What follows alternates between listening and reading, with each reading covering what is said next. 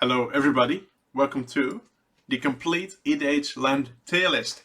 Today we'll be going over close to 300 lands in EDH, just about everyone that's even remotely worth mentioning, and ranking them on a scale from S to F.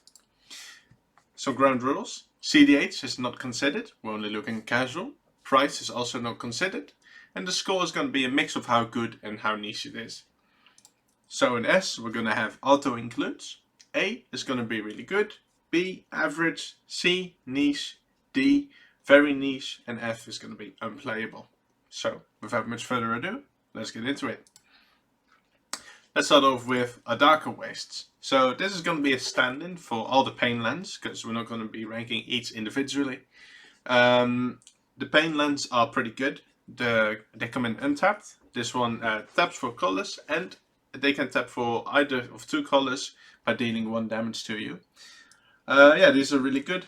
You often play these in your 2 to 3 color decks, and not much else to say. Alchemist Refuge is a land that taps for colors, and for green and a blue and tap, you can you may cast spells this turn as though they had flash. So you're paying essentially 3 mana each turn that you want to be playing cards as though they had flash, which is a pretty steep cost. It is an enabler for something like Seed Bomb Muse, which is nice. However, you do need to be actively seeking out that kind of synergy. You shouldn't just be playing this in any random Simic deck, as I've seen some people do. I do think it's pretty niche, but it's not the worst. So I'm going to put it in C tier. Ancient Tomb. Now this is a card. Any land that taps for more than 1 mana is gonna be probably either A or S tier, because it's just huge. Playing this is almost like drawing and then playing a free Mox, right?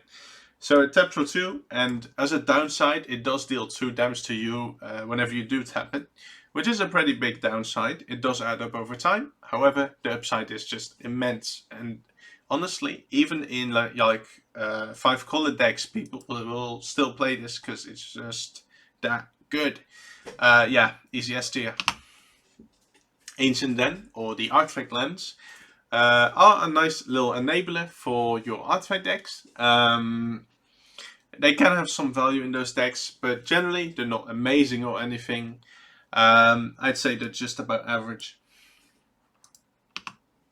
Ancient Ziggurat is a land that taps for any color, but only for creatures. It does come in untapped, but let's say you have a big sorcery, like 6-drop, and this is one of your 6 lands. Now you just straight up can't play that, which to me is a pretty huge downside. The only reason I would ever play this is if I'm playing, say, a creature-only deck, which outside of Umori or something basically doesn't exist. I think this is straight up unplayable. Yeah. Detection Tower is a land for 1 and tap. You can remove Hexproof from your opponent's creatures for 1 turn, basically.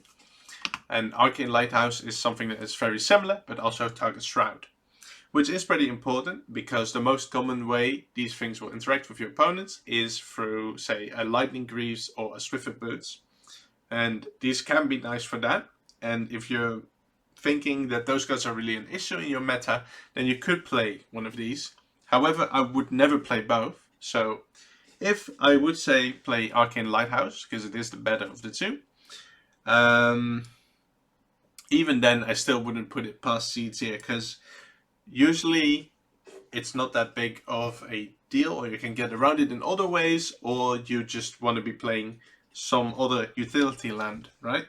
So I'll put Arcane Lighthouse in C tier and the other one in F tier, because there's basically no reason to be playing it. Arch of Araska is a land with Ascend. So if you control Telemal permanents, you get the City's Blessing, and it can tap for colors, or for 5 mana and tap you can draw a card, but only if you have the City's Blessing. So you're paying essentially 6 mana, because you have to tap the land, to draw a card whenever you do want to use it, which is a ton of mana, obviously. Nowadays, with stuff like War Room and Bonders Enclave, there's basically no reason to be playing this, and for that reason, I'm going to be putting it in F tier.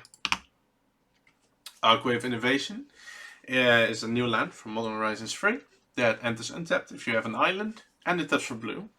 And then for blue in a tap, you can play the next spell this turn as though it had Improvise. So this does get good as soon as you have, say, 3 untapped artifacts. In which case, it's a land that taps for more than 1 mana, which is amazing. It is pretty...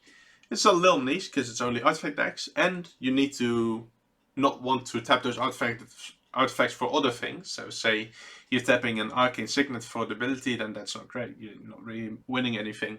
However, there usually are some artifact tokens or whatever which you can take advantage of, which can be really nice. And for that reason, I'm going to put in 8 here. Arena is a land that commits the cardinal sin of not tapping for mana. You can pay 3 mana and tap it to tap a creature you control. Okay, I'm going to do that one over.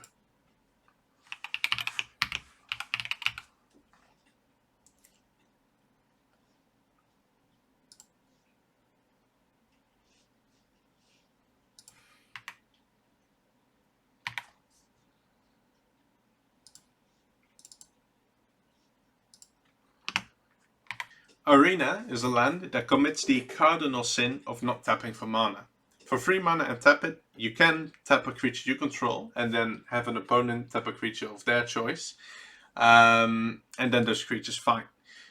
Even in, say, Voltron, where you're basically always going to have the biggest creature, this reads tap 3 mana and tap it, so essentially 4 mana, to have target opponent sacrifice a creature, which is not good enough. Not good enough to be playing a land that doesn't tap for mana. Yeah, this is unplayable. I would never play this, even in Voltron, for example. Arena of Glory enters tapped unless you control a mountain, but it does tap for red, and then for red and tap and exert it, it taps for double red. So if you're doing that, any mana that is spent on a creature spell from those 2 red, those creatures gain haste. So when you're doing that, you're basically not going down on mana. However, you will lose out on the red the turn after, which, all things considered, isn't that bad, right? You're wanting haste, you want to do things right now, and you're only losing out on 1 mana once. That's almost like having tap give something haste, which would obviously be really good. It even has the upside of being able to give multiple creatures haste, though generally you will be playing this in something like Italy, where you only really care about your commander getting haste. But even then, it can be really nice, and for that reason, I'm going to put in 8 here. Argoth, a Sanctum of Nature, is a green land that enters tapped unless you control a legendary green creature. And then, for 4 mana and tap it, you may create a 2/2 and mill 3 cards. Activate only as a sorcery. So, the sorcery part is already kind of a big downside, because very often these utility lands, you want to keep them up alongside, say, an instant. And then eventually, if you're not casting the instant for whatever reason, you can still use the land, right? But not here. And then, for basically 5 mana, what you're getting is a 2/2 and mill 3, which there are basically no decks that care about both. And for either one, 5 mana is just too much. It's a very inefficient land, and the upside is basically just not worth the downside. The only deck that I would play this in is obviously in a Titania Voice of Gaia deck, because it can meld with that. But outside of that, there's basically no reason. But it does have a home, and for that reason, I'm going to put it in D tier. Ash Barrens is a colorless land that you can basic land cycle for 1. Very similar to Terramorphic Expanse, but basically just been outclassed over the years. The mana fixing has gotten so good that you don't need this, really. And for that reason, I'm going to say it's basically unplayable. There's no reason to ever play this. Exgard Armory is a land that enters tapped and taps for white. And then for 4 mana and tap and sack it, you can search a library for an aura and an equipment, and then put those into your hand. So it's almost like a double tutor. However, usually the decks that you'll play this in only care about one, right? They only care about either auras or, more generally, equipment in Boros. So it can be nice if, say, you're playing a Sunforger deck and your deck's all about Sunforger, for example. This can just be straight up a tutor, and then it's pretty good, right? Be able to have a tutor on the land is a pretty huge upside. It's almost like Inventor's Fair in that way. However, it does have the huge downside of entering tapped, and for that reason I can't put it any higher than a B. Azorius Chancery is a land that enters tapped. Enter for 2 mana. Good start. However, you do need to return that land you control when it enters. So the way you can read this is like it's a tap land that when it enters, it basically draws you a land, right? Because next turn you're still going to have just as much mana as you would if you just played the tap land. However, now you have an extra land in your hand that you can play. And so, in a sense, this is card draw. This is card advantage, I should say. And that's really good on a land. However, on turn 1, you can't play this, obviously. Which is a downside, because very often your tap lands, you want to be playing them on turn 1, because then it doesn't really matter. And additionally, on turn 2, it can be a bit awkward because usually you're going to have to discard a card due to having 8 cards in hand if you do that. However, the upside is still big enough. Even then, you're basically looting on your tap land for free, we'll say. So I'm still going to be putting it in B tier. I do think it's honestly not bad. I do like it in 2-color decks, especially if you're not running too much card draw. Baldur's Gate is a legendary gate. It taps for colors, all for 2 and tap. You can add X mana of any one color where X is the number of all the gates you control. So obviously you're only playing this in your gate deck, but if you're playing gates, this can be amazing. Yeah, A tier for that. It's obviously not an auto include, but it is just great in those decks. Baradur is a black land that enters tapped unless you control just a legendary creature. And then you can pay double X and black and tap it to amass Orcs X, and then activate only if a creature died this turn. So the rate on this is pretty terrible. You're paying essentially, say, 8 mana for X is free to make it free, which is obviously terrible. The only reason I could see for playing this is if you care about the legendary land tag in something like Cathis. Or if you're playing, say, an Aristocrats deck, and then you can pay X is 0 to get an extra death trigger, which could happen. However, that is pretty niche. But on the other hand, if you've got a cheap enough commander, the downside might just be pretty trivial. So I'm gonna put in C tier. Generally, I would basically never play this unless I've got some heavy synergy with it, and even then, it's just okay. Bazaar of Baghdad is a land that costs close to $2,000 or $3,000. So obviously it must be good. Except that it does not tap for mana. But what it does do is it tap to let you draw 2 cards and then discard 3 cards. So not only is it card disadvantage because it's a land that doesn't tap for mana, it's also card disadvantage whenever you tap for it, which is such a big downside that I would basically never play this. The only reason this would be good is if you're playing a dredge deck. So if you can just load up your graveyard with this, then it can be really nice. However, that's basically the only reason I can find for playing this. Even in something like Meren, which is obviously a graveyard deck, I still wouldn't play this. For that reason, I'm going to be putting in D tier, because there's almost no home for this. I could see playing it in Gitrog, for example, because that really mitigates the downside, but there's almost no hope for this. Blast Zone is a land you might know, because it's played a lot, but I think it's played a little bit too much. The number of times I've actually seen people activate the board wipe ability on this is very rare compared to the amount of times I've seen it played. I think you should probably be playing something else, whether it's a mana fixing land or just a better utility land than this. I do think it's not bad. It is still just a colorless land that enters untapped. But honestly, I don't think it's all that great. At least not as great as other people seem to think it is. So I think I'm going to put it in C tier. Blighted Woodland is a land that can tap for colorless or for 4 mana and tap and sack it. You can search your library for 2 basics, then put them onto the battlefield tapped.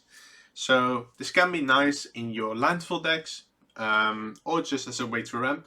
However, the cost to activate is pretty steep, and I generally wouldn't put it in a deck unless I've got some real synergy with it, and even then it's pretty mid. It's just like average in your land decks, and that's where I'm going to put it. Bajuka Bog is a land that taps for black, enters tapped, and when it enters you can exile target player's graveyard. So personally, I always try to have at least one piece of graveyard hate in my deck, and very often this performs that goal. It is nice, because it does it for almost free. It does tap for colored mana, but it does enter tapped, but I do like it a lot. I'm going to put it in A tier. Bonder's Enclave is a land that taps for colorless or for 3 mana and tap. You can draw a card and activate only if you control a creature with power 4 or more. So compared to Ice of Araska, this is obviously miles better. I will be playing this in decks that have a commander with power 4 or more and that need a little bit extra card draw. And for that reason, I think it's pretty good. You can't be playing it everywhere, but it is pretty nice in some decks, and that's why I'm going to be putting it in the B tier for now. Boseiju, Who Endures, is a legendary land that taps for green, enters untapped, and for 1 and a green, you can discard it to destroy target artifact, enchantment, or non-basic, and then they get to get a land with a basic land type. This ability also costs 1 less if you have a legendary creature. Yeah, there's basically no downside. This is almost just better than a forest. I'm playing this in every green deck I have. I think it's amazing. It's so versatile and so efficient, because it can just enter as an untapped green source, or you can often just be paying 1 green to blow something up. And it's just on the land, it's so good. I'm playing this everywhere. I think it's S tier. Boseiju, it's the older one. He did get a glow up, because this card is not that great. This is a legendary land that enters tapped, and then you can tap it and pay 2 life to add just a single colorless mana, and then if that mana is spent on an instant sorcery, it can be countered. So if your meta is just infested by counter spells and you're playing a deck with a bunch of big instant sorceries, I could see playing this. However, that is not most metas. I think that's less than 1%. And for that reason, I'm going to be putting in D tier, because if that's not your meta, I don't think you should be playing this. The downsides are pretty huge, and the upside is very minor. Buried Rune, tap, it adds colorless, all for 2, tap and sack, you can return an artifact from your graveyard to your hand. A bit nice, nice piece of recursion in your artifact decks, it's pretty okay. I'll put in B tier. Barbarian Ring is an untapped land that can tap for red, and then it deals 1 damage to you. For red and tap and sack it, you can deal 2 damage to any target, but activate only if you control 7 or more cards in your graveyard. Yeah, I don't like it. If you have more value out of dealing the 2 damage, you could play it, but out of sight of that, I would never play this. The 1 damage does add up, especially if you have multiple of these kinds of lands. And I just don't think it's worth it. Also, needing to have 7 or more cards in your graveyard is a pretty big ask, so you can't use it early on, say, an Esper Sentinel or something, although you wouldn't want to be sacrificing your land early. I just don't think this is ever worth it. I'm going to put in F tier. Before we get to Cabal Coffers, I'm going to put Cabal Pit first, because it's very similar. This also deals 1 damage to you, and taps for black, but then for Threshold, black, tap, and sacrifice it, and you give a creature -2/-2, which is oftentimes even less useful than dealing 2 damage. Yeah, this goes right next to it. Cabal Coffers. Now this is a good card. For 2 mana and tap it, you can add a black to your mana pool for each swamp you control. So this is obviously a staple in your mono black decks, where if you have 4 swamps, this is tapping for basically 2. And then from there it just scales. Any land that can do that is great. You could be playing it in decks with other colors as well, if you're also playing, say, Urborg, which turns all your lands into swamps. But at that point you probably do need like a commander or a bunch of cards that do help you get to that point, because otherwise having a land that doesn't tap for mana is going to be a pretty huge downside. However, there's enough upside here that I will put this in A tier, because in the decks that you will play this in, this card is amazing. Cabal Stronghold is somewhat similar. However, it does tap for colors by itself, which is a pretty nice upside. However, the other ability is that you tap 3 mana, so 1 more than the Cabal Coffers, and then tap it to add a black for each basic swamp you control.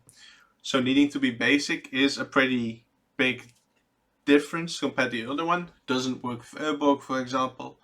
And you will basically only play this in your mono black decks. However, if you are playing mono black, it can be nice. However, you do need like 5 basic swamps before this does anything nice, which is, at that point, it's turn 6. You don't necessarily need it. Can be nice, but mono black is also maybe not the best at just ramping lands. I'll put it in B tier for that. Crystal Quarry is a land that taps for colors, or for 5 mana and tap it, you can add Wooburg. If you're using the second ability, you're basically going down a mana, which is terrible. And nowadays, you really just don't need something like this. The mana fixing is so good. You don't need a land that deramps you like this. I would never play this. I think it's unplayable. F tier. Cascading Cataracts is very similar, though this one also is indestructible, and when you do use the second ability, you can, instead of adding Wooburg, you can add 5 mana in any combination of colors, which is a little better.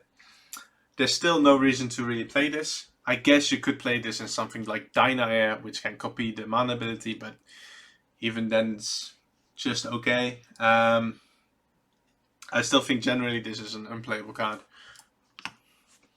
Castle Autumnvale is a white land that enters tapped unless you control planes, and then for 4 mana and tap it, you create a 1/1. Which is a pretty terrible rate. You're paying essentially 5 mana to make a 1/1.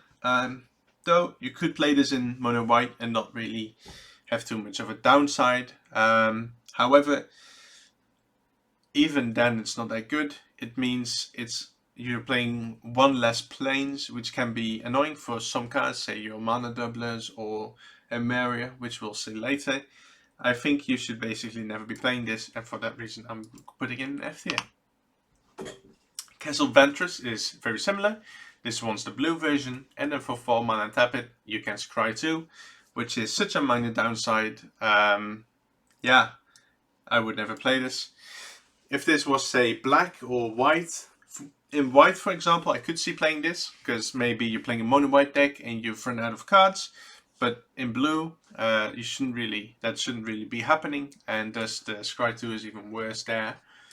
Next, Castle Embereth is the red version. For 3 mana tap it, you can give all your creatures +1/+0. This can be nice in your red token decks. Say, for example, Krenko. This can basically double your damage, because all your goblins are going to be 2/1s instead of 1/1s. So in those decks, it's pretty great. And the downside is very, very minor in those decks. And for those decks, I'm going to put an 8 here. I think it can be really good. Castle Garenbrick is a Greenland that is a green version.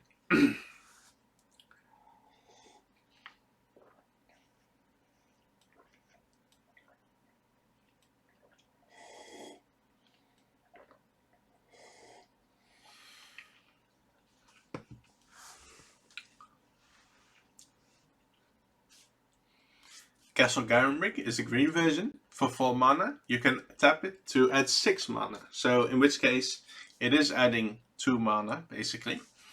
You can only spend this mana to cast creature spells or activate abilities of creatures, however. So any land that can tap for more than 1 mana is going to be pretty good. And this one does that. If I have a commander that costs that can use the 6 green this produces, or I'm playing a bunch of creatures that can, this is just amazing. I really like this card. Not much else to say. Castle Locthwain is the black version. For 3 mana, tap it. You can draw a card, and then you lose life equal to the number of cards in your hand. So this is very similar to War Room. It's a little worse, I think, because if I'm holding, say, 5 cards, I just don't want to be activating this. But it does tap for black, and it's kind of free. It's not bad, but I think it's just average. Cavern of Souls is a land. When it enters, you get to choose a creature type, and then you can add it. You can tap it for either a colorless mana or for 1 mana of any color, but you can only use it for creatures of the chosen type. However, when you use that mana in that creature, it can't be counted. So if comparing this to Boseiju, this one enters untapped, doesn't cost any life when you use it, and can actually tap for colored mana. So this is pretty reasonable, especially in, say, tribal decks. This is just mana fixing, which is really nice. I think there are a lot of decks that can use this card, and I really like it. If I'm in a meta where even a couple counter spells really go around and my commander costs like 6 or more mana, I will also often just play this just to make sure it resolves. Yeah, there's not much downside here. I think it's pretty good. Cephalid Colosseum is the blue version of Barbarian Ring. This one taps for blue and deals 1 damage to you. And it has Threshold. You pay a blue and tap and sack it to have target player draw 3 cards and then discard 3 cards. So by itself, it's not that great. The 1 damage does add up, and looting 3 can be nice. However, sacking a land to do so is pretty bad. If you have, say, a commander that can really make use of that discarding, or say a draw doubler or something, it can be extra nice. It also counters Thassa's Oracle combos, though you shouldn't really be seeing those too much, I hope, in your casual game. I think it's a little better than those. This one actually has a use. However, I still think it's very niche. So for that reason, I'm gonna put it in C tier. It's okay, but generally I wouldn't really play this. City of Brass enters untapped, taps for any mana of any color, and when it does become tapped, it deals 1 damage to you.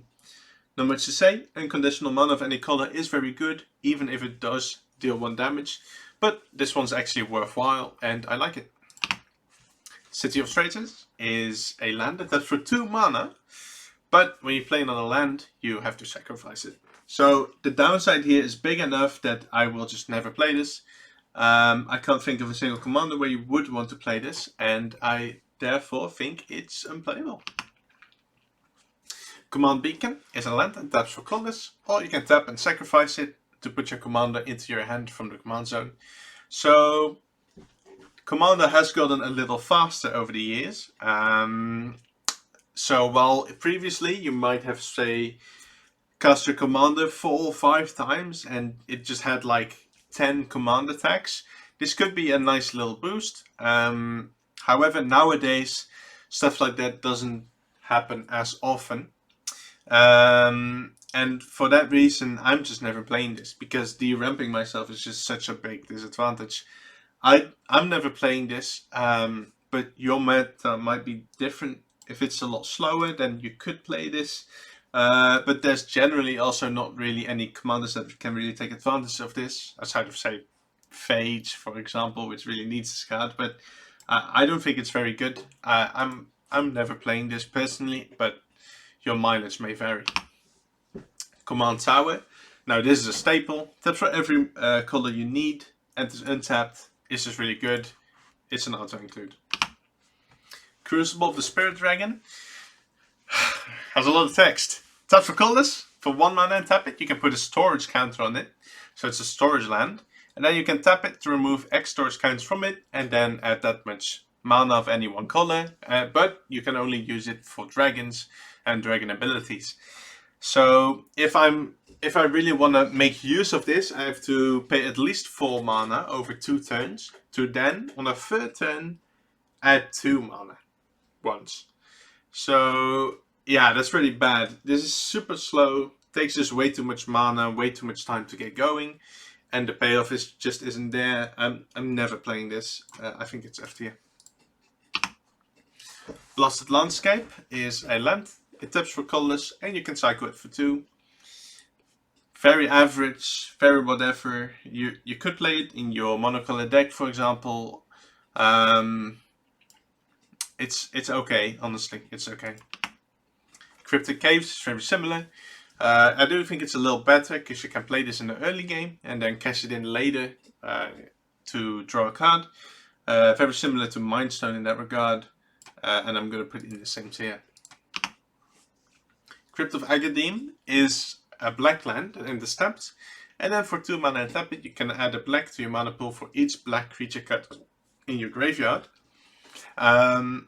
So it does have the potential to tap for more than 1 mana. However, to do that, you need at least 4 black creatures in your graveyard, which, let's be real, that's a pretty big ask, right? Even in your mono black decks, generally that's not gonna really happen before turn 7 or something. You really need to be self-milling, in which case this can be good. However, self-milling mono black decks are very rare. And once you're diving into multiple colors, it's going to be even harder to trigger. Generally, I don't think this card is going to be worth playing in even most graveyard decks. But I guess there are some decks where this could be good in. So I'll put it in B tier for now, even though it does have the potential to tap for more than 1 mana. I think it's so niche that I'm gonna put it in B instead of A. Crystal Vein, tap for either colorless or for 2 colorless once, but you need a second. So in something like CDH, in like Godo decks or something, this can be really nice. But in normal casual commander, it's generally not worth sacking your land to get a one-time advantage. And personally, I'm never playing this because I'd rather just be playing utility lands that can generate value over multiple turns, rather than a land that I have to sack to just get a mana boost for 1 turn. That's really only really worth it if I'm winning the game that turn, and generally that's not really how casual commander tends to play out, where you really need that 1 mana on that one specific turn to win. I'm just never playing this, and I don't think you should either. Dagmar Salvage is a black land and the steppes, and it has dredge 2. So this famously combos with the Gitrog monster, in which case in that deck, of course, it's an S tier. But in most decks you don't play this, and even in your graveyard decks this is just okay, and I think that's where I'm gonna put it, in the just okay tag. Dark Depths is a legendary land that also commits the cardinal sin of not tapping for mana. What it does do is enter with 10 ice counters on it. For 3 mana you get to remove 1, and then when it has no ice counters on it, you can sacrifice it to make a 20/20 with flying and indestructible, which is very cool. However, even when you do get this 20/20, it still takes 6 turns to kill everyone, and that's if they don't have any flyers, because it doesn't even have trample. This is often comboed with something like Thespian Stage to do this more easily. But even if you're doing that, it's just not that good. Someone might have a Path to Exile or Search to Plowshares, in which case it just wasn't worth sacrificing your land for, even if, say, you're gaining 20 life. Yeah, this land's awful. It is very cool, but if we're speaking purely power level, you should never play this. Darksteel Citadel is another artifact land. This one taps for colorless, but is indestructible, so it doesn't get wiped in, say, an artifact wipe like Vandal Blast. So it's got an upside, it got a downside. I think it's very similar. I'm going to put it in the same tier. Desert is a desert. Tap for colorless, and you can tap it to deal 1 damage to an attacking creature. So there's basically one deck that wants this, and that's like Enrage decks, which is very niche. It's unplayable outside of it. You should never play it outside of that. And therefore, I will put it in D tier. Deserted Beach. This is one of the 2-color lands that enter tapped unless you control 2 or more other lands. So on turn 3 and onwards, this is just great. And usually on turn 1, it also doesn't really matter if you play a tap land. It can be a little bit iffy if it's turn 2 and you draw it, or say you already had another tap land also, in which case it can be iffy, but generally that situation is so rare that it is just worth playing this. I will play this in my 2 to 3 color decks. It's not bad. I like it. Deserted Temple. It taps for colorless, or you can pay 1 and tap it to untap target land. So before this starts tapping for more than 1 mana, you need 1 land that essentially taps for 4 mana. Which is pretty rare, right? You already need a land, you already need to be doing the thing, and then you just do more of it. I don't think it's that great. You can play it in your Cabal Coffers decks or whatever. It can be okay there. But generally, I would never play this. Even in those decks, it's not necessarily not to include. Not every Cabal Coffers decks is going to be running Deserted Temple.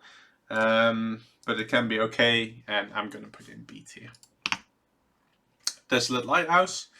You can tap it to add colors, or for 3 mana, including Izzet colors, you can tap it to loot, basically. It's a lot worse than just drawing a card, generally, unless you're really getting a lot of value out of discarding, which can happen in Izzet, but it's more of like, say, a Golgari thing. There would get a lot more bonus points.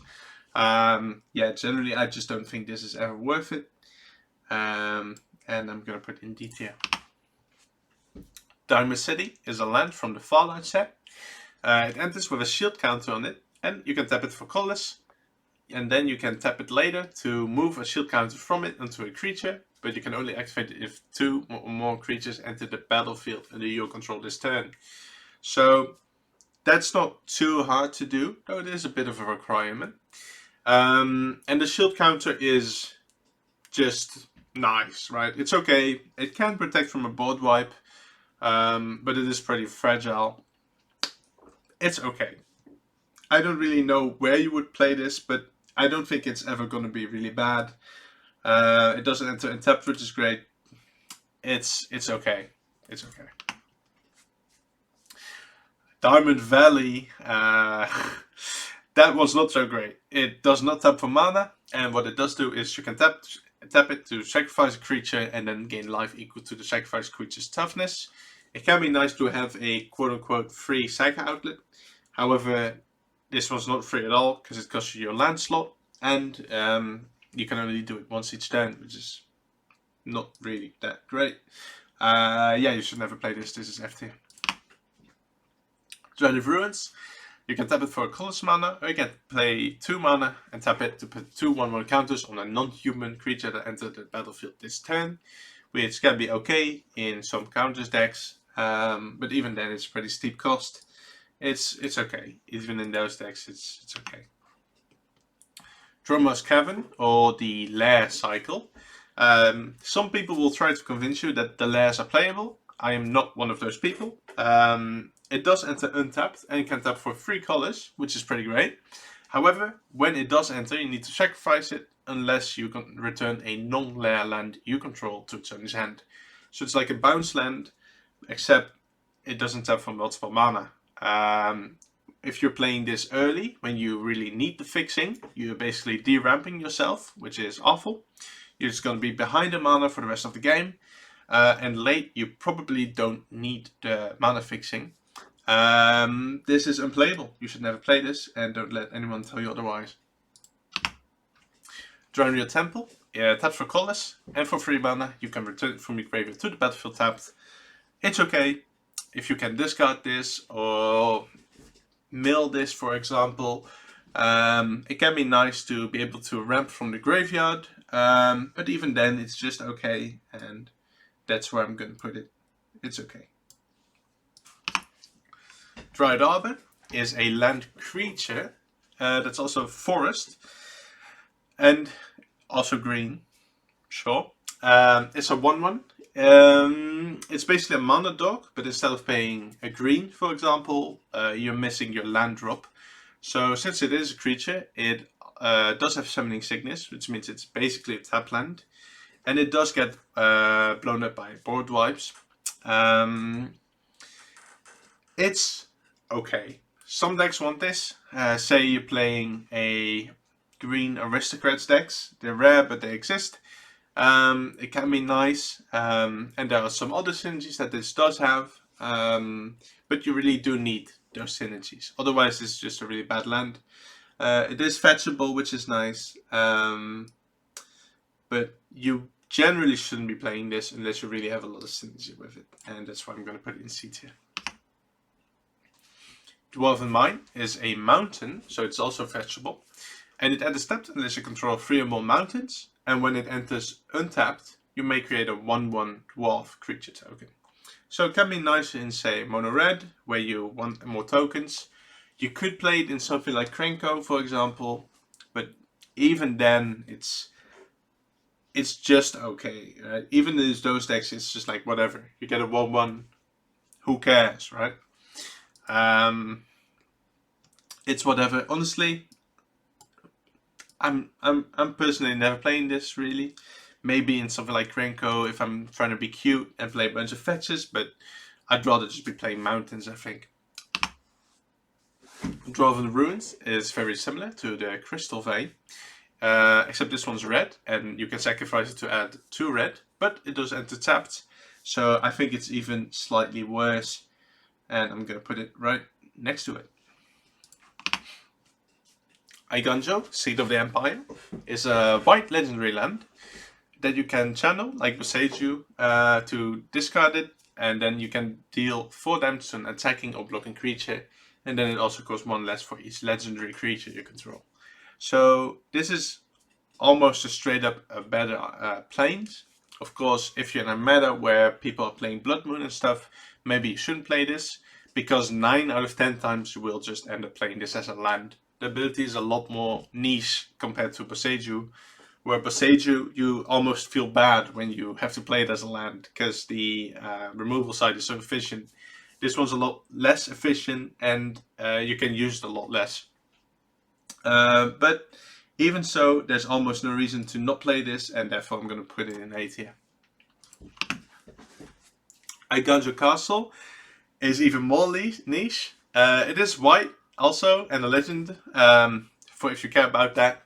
But the ability here lets you pay a white and tap it to prevent the next 2 damage that will be dealt to a legendary creature this turn.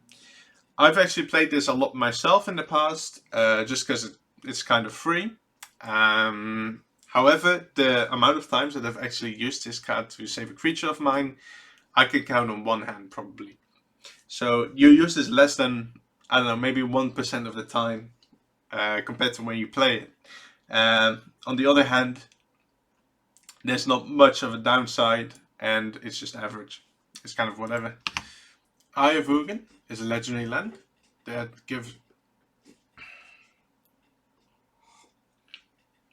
Eye of Ugin is a legendary land that makes all your colorless Eldrazi spells you cast 2 less to cast. And then you can pay 7 and tap it to search your library for any colorless creature card and put it into your hand. You don't even have to check it for that. So if you're playing Eldrazi, this is obviously great. It taps for 2 on any turn you're playing an Eldrazi, essentially. And you can even play multiple Eldrazi in a turn. So let's say I'm playing 2, then this has basically tapped for 4 mana, which is obviously insane. It's only played in Eldrazi, but in those decks it's insane, so I'm going to put an 8 here. Sanctum of Ugin is also usually an Eldrazi card that taps for colorless, and then when you do cast a colorless spell with mana value 7 or more, you can sacrifice it, and if you do, you search your library for another colorless creature and put it into your hand. This one's less insane, it's okay, but it's a nice little addition for those decks, and I'm going to put it in D tier. Eldrazi Temple is a land that just straight up taps for 2 if it's used for Eldrazi's, which is insane, and it also goes in A tier next to the Hive Ugin. Emergent Zone is a land that taps for colorless, or for 1 and tap, you can sacrifice it and have flash for 1 turn. So for 1 less mana than the Alchemist Refuge, you get to do it. However, you do need to sacrifice it, which is generally not worth it. This sees some play in CDH for winning the game on top of someone else, but in casual, I would never play this, and therefore I'm going to put it in F tier. Even if I do have support, like say Seagull Muse, this is still just not that great because I'm sacrificing a land and I can only do it once. So yeah. Emeria, the Sky Ruin, is a white land and it's tapped, and then in your upkeep, if you have 7 or more planes, you can return a creature card from your graveyard to the battlefield. So you will play this in, say, mono white, and you're running a bunch of planes. So alternatively, you could just be playing mono white and play a bunch of utility lands, right? So you're sacrificing quite a lot for playing this. However, the upside is there. If you have some land ramp, it can be nice, because you do need like 8 lands before this does anything, and even then it's pretty slow. However, I have seen it pop off in some games. It can be just a great value engine in the late game. But I think it's just average, because you could also just be playing utility lands like I said before, and it takes a lot of time to get going. And the Sands taps for colorless, and you can pay 2 mana tap it to exile creature you control, and then later you can pay 4 mana tap it and sacrifice it to return each creature card exiled with it to the battlefield under its owner's control. So this is basically a very slow blink land. Let's say you've got an important commander like the Gruul Etali from March of the Machines that you really want to blink. Even then, you're paying essentially 8 mana to blink this once, which seems like a pretty rough deal. You could play it in something like that, but even then it's very iffy. I'd rather play anything else probably. So I think this card's unplayable. I can't think of a deck that wants this. Maybe Desert Tribal, but even then it's one of the worst deserts because you're never activating this. Esper Panorama. This is standing for all the panoramas. You can tap them for either colorless, or later you can pay 1 and tap and sack it to search for a plains or an island or a swamp in this case, put onto the battlefield tapped, and then shuffle. They do have to be basic, so no shenanigans there either. Yeah, with the modern mana fixing, you really don't need this. Even in landfall, there are better lands, so this goes straight up in F tier. Speaking of better lands, Evolving Wilds. This one's also just never needed. It can be okay in, say, like a 2-color landfall deck like the Jova. You could play this, but outside of that, you're never playing this, and therefore I'm going to put it in G tier. Exotic Orchid. I'm not sure, but this one almost always taps for any mana that you need. Very rarely will you miss out on, say, 1 color. But generally, I will play this in every deck. Even 2-color decks, I will play this in. Yeah, I think it's amazing. Yeah, not much else to say. Fabled Passage is like Evolving Wilds. It is a little better, however, because if you control 4 or more lands, you can get to untap the land, which is just nice. I think it's probably average. It is nice in landfall, but outside of it, you don't need it really. Field of the Dead. So it enters tapped and tapped for colorless. And then, whenever it or another land enters the battlefield under your control, if you have 7 or more lands with different names, you make a 2/2 zombie. So you could play this in landfall, or you do play this in landfall, because it's just an awesome win con on just a tap land. And you can even play this in monocolor decks, which I have done before. If you care about tokens, if you care about lands, this can just be an amazing land. Yeah, I really like this land. I'm going to put in 8 here. I think should put in B. Now, I think there are a lot of decks that can really abuse this. It can be absolutely insane. It can be a win con. I think it's great. Flooded Strand. The fetch lands is amazing. I will play this in every deck if I can. It is basically fetches for any color you need.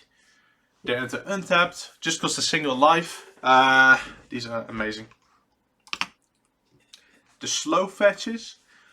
Honestly, I haven't really played with these much because fetches exist. There's almost no reason to play these. However, they're still fine, right? They are tapped, which is a pretty big downside. I think I have these. I think this is the flop play actually. They are tapped, which is a pretty big downside. However, they are still fetches, which means they do get the colors you need. But entering tapped is a pretty big downside, and I'm going to put it in seeds here. You might want this if there's, say, an important plains in your deck, or if you're playing the green one, maybe you really want Dryad Arbor for some reason. You could play them, but generally you don't really need them. For more Evolve, that's for colorless, and then you can pay 3 and tap and discard a card to look at the top X cards of your library, where X is the number of artifacts you control, and then put one of those cards into your hand and the rest on the bottom. So I've been playing around with this card and I've been impressed. In artifact decks, this card is amazing. The amount of card selection it gives you is insane. I've been able to I've been able to look at, say, 7, 8, 9 cards with this, which is, I mean, it's not suitor, but that's awesome on the land that just enters untapped. Yeah, I love this card. I think it's great in your artifact decks. I think if you're playing artifacts, you should be playing this card. This card's awesome. Forbidden Orchard is a land that taps for any mana of any color, and then when you do tap it, you have to give an opponent a 1/1 spirit. So personally, I don't love playing this card just because it adds up in time, and generally the 1/1 doesn't really matter. But sometimes you're playing in a pod where you really have to think like, I really don't want to give someone a 1/1. But honestly, it is good. It enters for all the colors you need. Usually the 1/1 doesn't really matter, and you can even make some deals with it. However, what I don't like is that it does just demand more time, more thinking, just for tapping your land, which I don't think is worth it. But if we're speaking about purely power level, this card is great. Forge of Heroes, tap for colorless, or you can tap it to choose a commander that enters the battlefield this turn, put a 1/1 counter on it if it's creature, or a loyalty counter on it if it's Planeswalker. Can be nice if you care about counters on your commander, or if your commander is a Planeswalker and you really want it. But generally, I've never really found a use for this in any of my decks. I think it's probably niche, but it's also not terrible. There are probably some commanders that like this. I'll put it in B tier. Fountain Port is the land that taps for colorless. You also can pay 2 mana and tap it, and sacrifice a token to draw a card. You can pay 3 mana and tap it, and pay a life to make a 1/1 blue fish creature token. Or for 4 mana and tap it, you can create a treasure token. So it does a bunch of stuff, but none of it is too efficient. The sacrifice a token part can be nice as a semi-sec outlet, plus drawing a card, but it is pretty slow. I have to wonder how good this card is. You basically never want to make a treasure with this, I don't think. And paying essentially 4 mana and a life to make a 1/1 fish is also terrible.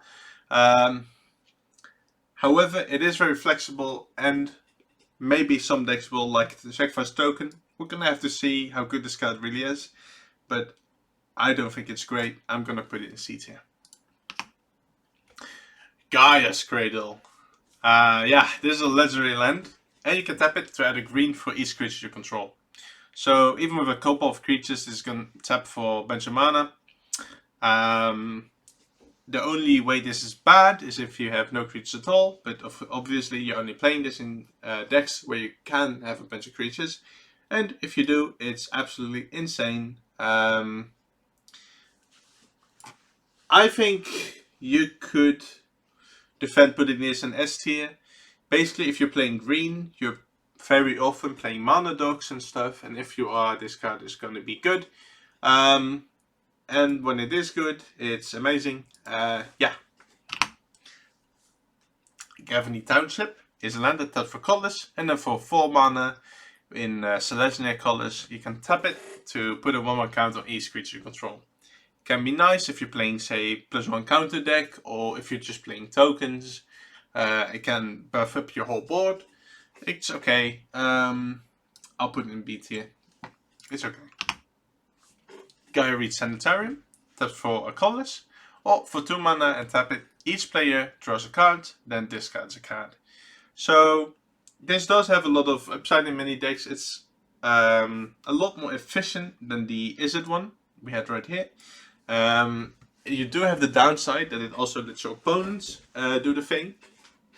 However, there's even ways to take advantage of that. Say you're playing Gev's Grimoire, that's insane, or maybe you're playing something like Zurzov, where you really want people to be drawing cards. This card does have a home in a bunch of decks, but usually it's just okay. But since it is a pretty versatile card, I'm going to put it in B tier.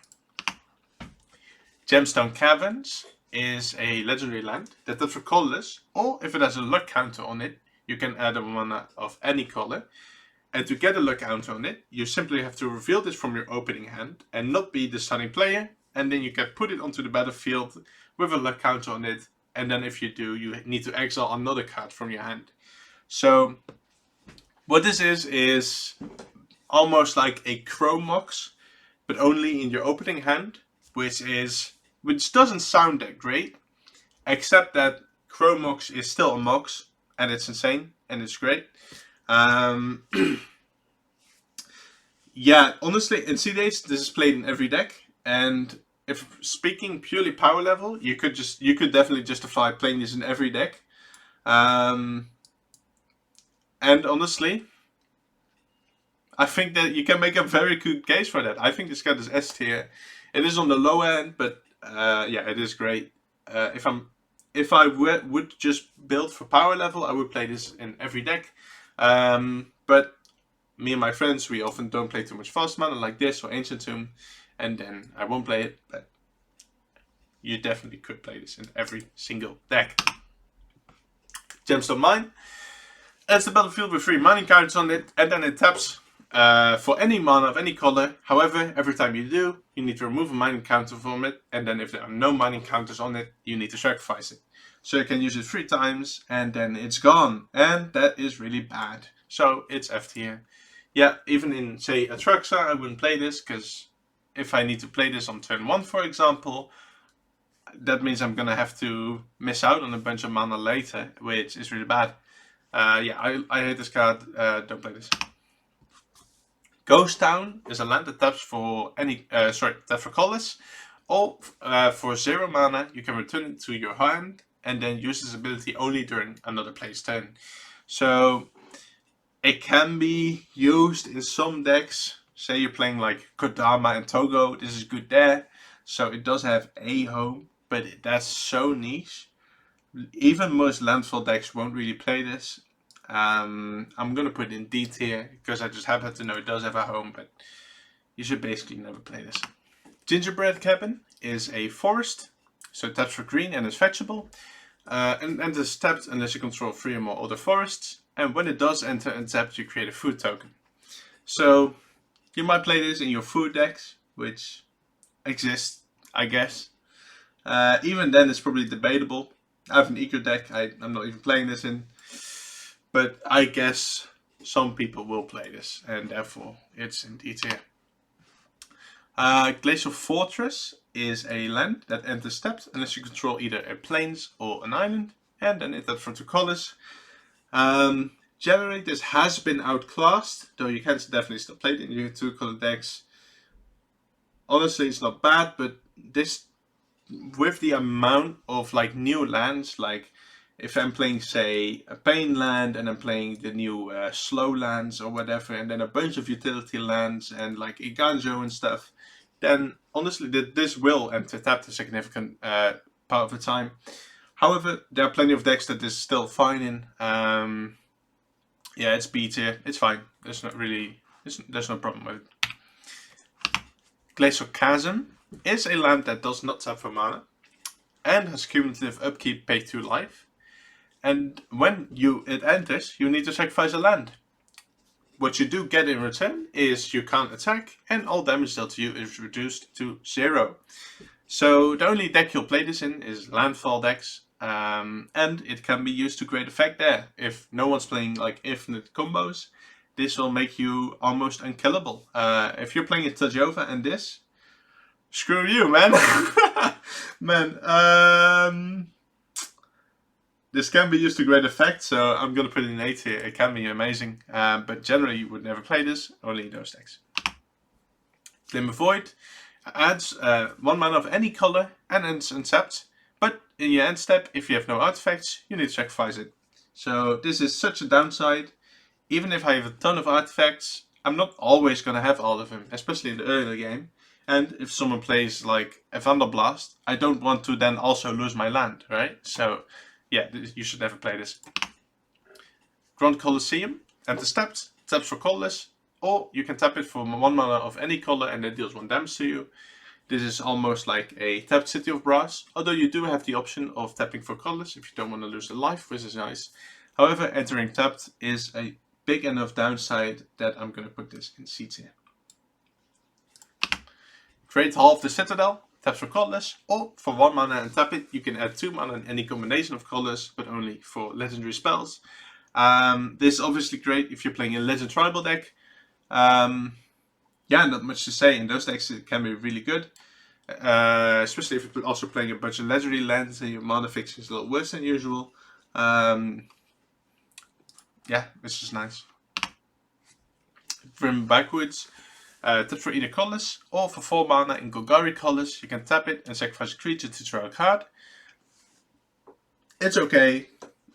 Yeah, I never played because it's so mana inefficient. I think there are just better things to do with your mana at almost all times, and as a sec outlet it's also very inefficient. Yeah, I think generally I would never play this, but it does have its homes, I suppose, for some people. Grove of the Burn Willows. This one only exists for red and green currently. It taps for either a colorless or for red or green, and then each opponent gains 1 life. So this one's like a reverse Pain land, but it's nice. It's just about as good as the Pain land. Yeah, not much else to say. Yeah. Gilda's Commons. This is basically a bounce land, but only for colorless. I'll play this in my colorless decks, I guess. Otherwise, it's just a worse bounce land. If you can't play the bounce land for some reason, it's okay. It has been outclassed recently by one of the deserts that does the same thing, but it's still okay, and I'm just going to put it right next to the bounce land. Halima Depths. Enters tapped, adds blue, and when it does enter, you can look at the top 3 cards of your library and put them back in any order. So you really do need synergy for this to be any good, really. I have seen people just play this in the blue lands, and I don't think it's worth it. Entering tapped is a pretty big downside. It's okay on turn 1. If this is your turn 1 play, then yeah, then it can be nice. But at all other stages in the game, this is basically a hindrance. I wouldn't play it for that reason. There are some decks that can take advantage of it, so I'll put it in C tier. Academy Ruins is a legendary land, taps for colorless, or for 1 and a blue and tap it, you can put an artifact card from your graveyard on top of your library. Famously combos with Mindslaver to loop that every turn. Also just a nice little recursion piece for your artifact decks. Basically, your opponents have to keep track of every artifact in your graveyard when you have this on the field. Usually they don't, and you can use that to great effect. I think this is awesome in artifact decks, and I'll put an A tier for that. Forward Stronghold is very similar, does the same thing but for creatures, and I'm going to put it right next to the blue one. Unholy Growth though is the same thing, but only for zombies, which is a lot more niche, but it's still pretty good. It's also cheaper to activate than the Forest Stronghold. But since it's so much more niche, I'm gonna put it in B tier. Hall of Healer's Generosity, the same thing for enchantments, which it's fine. Enchantment decks, there are a lot of them. They'll often play this, although, yeah, and what they also have is they have a lot of card draws generally. So they can often play this, activate it, and then immediately draw the card they're putting on top, which can be really nice, because sometimes they can be really important. Yeah, I'll put them right next to the other two. Hall of Tags in, tap for colorless. Or you can basically use this as a filter land to add 1 mana of any color, but that is not netting you any mana, which is terrible. Or for 4 mana and tap it, you create a tapped Power Stone token. It's too slow. 5 mana to make a Power Stone is really bad. Yeah, I can't think of a deck I want this in. So yeah, 5 mana is just simply too much. I would never play this. Hallowed Fountain is a shock land. It's fetchable. It's awesome. I'll play this in every deck basically. Yeah. There's only one thing that's better, and we'll get to that later. Flamekin Village. Tap for red. And you can pay red and tap it to gain give a creature haste at the end of turn. But when it enters, it's basically tapped unless you have an elemental. Usually you won't, so you can basically see this as a tapped red land. But it can give haste, which can be nice in some decks like Italy. You'll play it there. It's okay. I'll put it in B tier. Hall of the Bandit Lord is a tap land. And you can pay it and pay 3 life. 3 life. To add 1 colorless mana, and then when it's used on a creature, that creature has haste. So it is a little more mana efficient, but paying 3 life is a ton, right? There are some decks that want this, say I'm playing Captain Sisse, for example, or I could even see playing it in something like Italy. The mono red one, of course. I mean, there it's okay, but I do think it's a lot worse than this one, because paying 3 life is a ton. If I'm playing this on turn 1, this is going to cost me like 20 life over the course of a game, which is insane to think about. I'll put it in C tier though, because it does have some homes where I'll play it in. Unaware Battlements is similar to the red one, though it does enter untapped, but doesn't tap for red. I do think it's a little better, but it's also just very similar. Haunted Fengraf, tap for colorless, or for 3 mana and tap it. You return a creature card at random from your graveyard to your hand. If you want recursion, this is simply not it. Why would you play this over just something that can target, like Forest Stronghold? I guess if you're not in black, I can't see myself playing this, honestly. Yeah. Havengal Laboratory.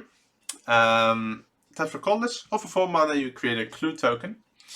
And in the end step, if you sacrifice 3 more clues, you can transform it and it becomes a different thing, but whatever. I'm judging it purely for the investigate side. I do think it's a little better than the Power Stone one. However, this is basically an even slower Arch of Araska in that case, which means it's even worse, and you should basically never play this. Haven of the Spirit Dragon. This one taps for colorless, or adds 1 mana of any color, spend this mana only to cast a dragon creature spell, and then for 2 mana tap, you can sacrifice it to return a dragon or an Ugin Planeswalker from your graveyard to your hand. This is nice for dragon decks, not much else to say, it's good in dragon decks, and unplayable anywhere else, but it's okay. The pathways, I'll play these in 2 color decks. In 2 color decks, these are absolutely fine. Not much else to say. I wouldn't play them in 3 color decks probably nowadays, but in 2 color decks, these always make the color you need. They're great. Hidden Courtyard. At the start, taps for white, or for 5 mana, and tap and sacrifice it. You discover 4, which is basically Cascade 4, though you get to put it into your hand if you don't want it. If you don't want to cast it. Activate only as a sorcery. It enters tapped. It's very inefficient. I don't like it. I'm never playing these. I think they're playable. You should basically never play these. High Market is a land that taps for colors or taps to sacrifice a creature to gain 1 life. So we looked at the Diamond Valley earlier, and this is just miles better. Just being able to tap for colors, which is something that you're usually gonna use this for, but also being able to sacrifice a creature for almost free is really nice. Yeah, there are definitely decks that want this, that want a sack out like this, and in those decks this is really good. I'll put in 8 here. I think this is pretty good in a bunch of decks. Homeward Path. Depends on your meta how good this is, but it taps for colorless, and you can tap it to have each player gain control of all creatures they own. If you're playing in a meta where a bunch of people are stealing stuff, this can really throw a wrench in their plan. Generally, that doesn't really happen too much, I feel, though it's definitely meta dependent. I'm gonna put in okay. It really depends on your meta. Horizon Canopy, or the Canopy lands. You can pay a life and tap them to add 1 of 2 colors, and then later you can pay 1 and tap it and sack it to draw a card. So these are very similar to these, except they actually tap for mana. Personally, I don't love these that much because, as I've said before, the paying life does add up, and I'd rather just, if I'm paying lands that tap for to deal damage to me, I'd rather be playing different ones. I don't love these, and I also just don't want to be sacrificing my lands generally. I don't know. Personally, I think these are just okay, but maybe you think they're a lot better. You could definitely justify putting these a little higher, but for me, I think they're BTA. Horizon Progress. You can tap it, pay a life to add 1 mana of any type a land you control could produce, and then for 3 mana tap it, you may put a land card from your hand onto the battlefield tapped, or later you can pay a 1 and tap it and sacrifice Horizon Progress to draw a card. Very similar to the different ones, except this one is a little worse in the mana production department, because you already need to have the colors you need before this does anything. The upside this does have is being able to tap to put more lands from your hand onto the battlefield.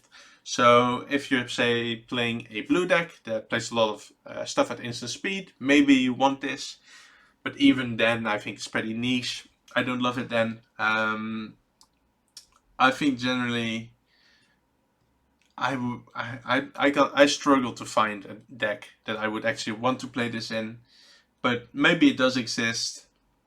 I'll put it in C tier for now. I don't think it's that great. Hostile. Tap for colors, all for 1 and tap and sacrifice a creature. Put a soul counter on it, and then if there are 3 or more soul counters on it, remove them and transform it, and then tap it and activate it as a sorcery.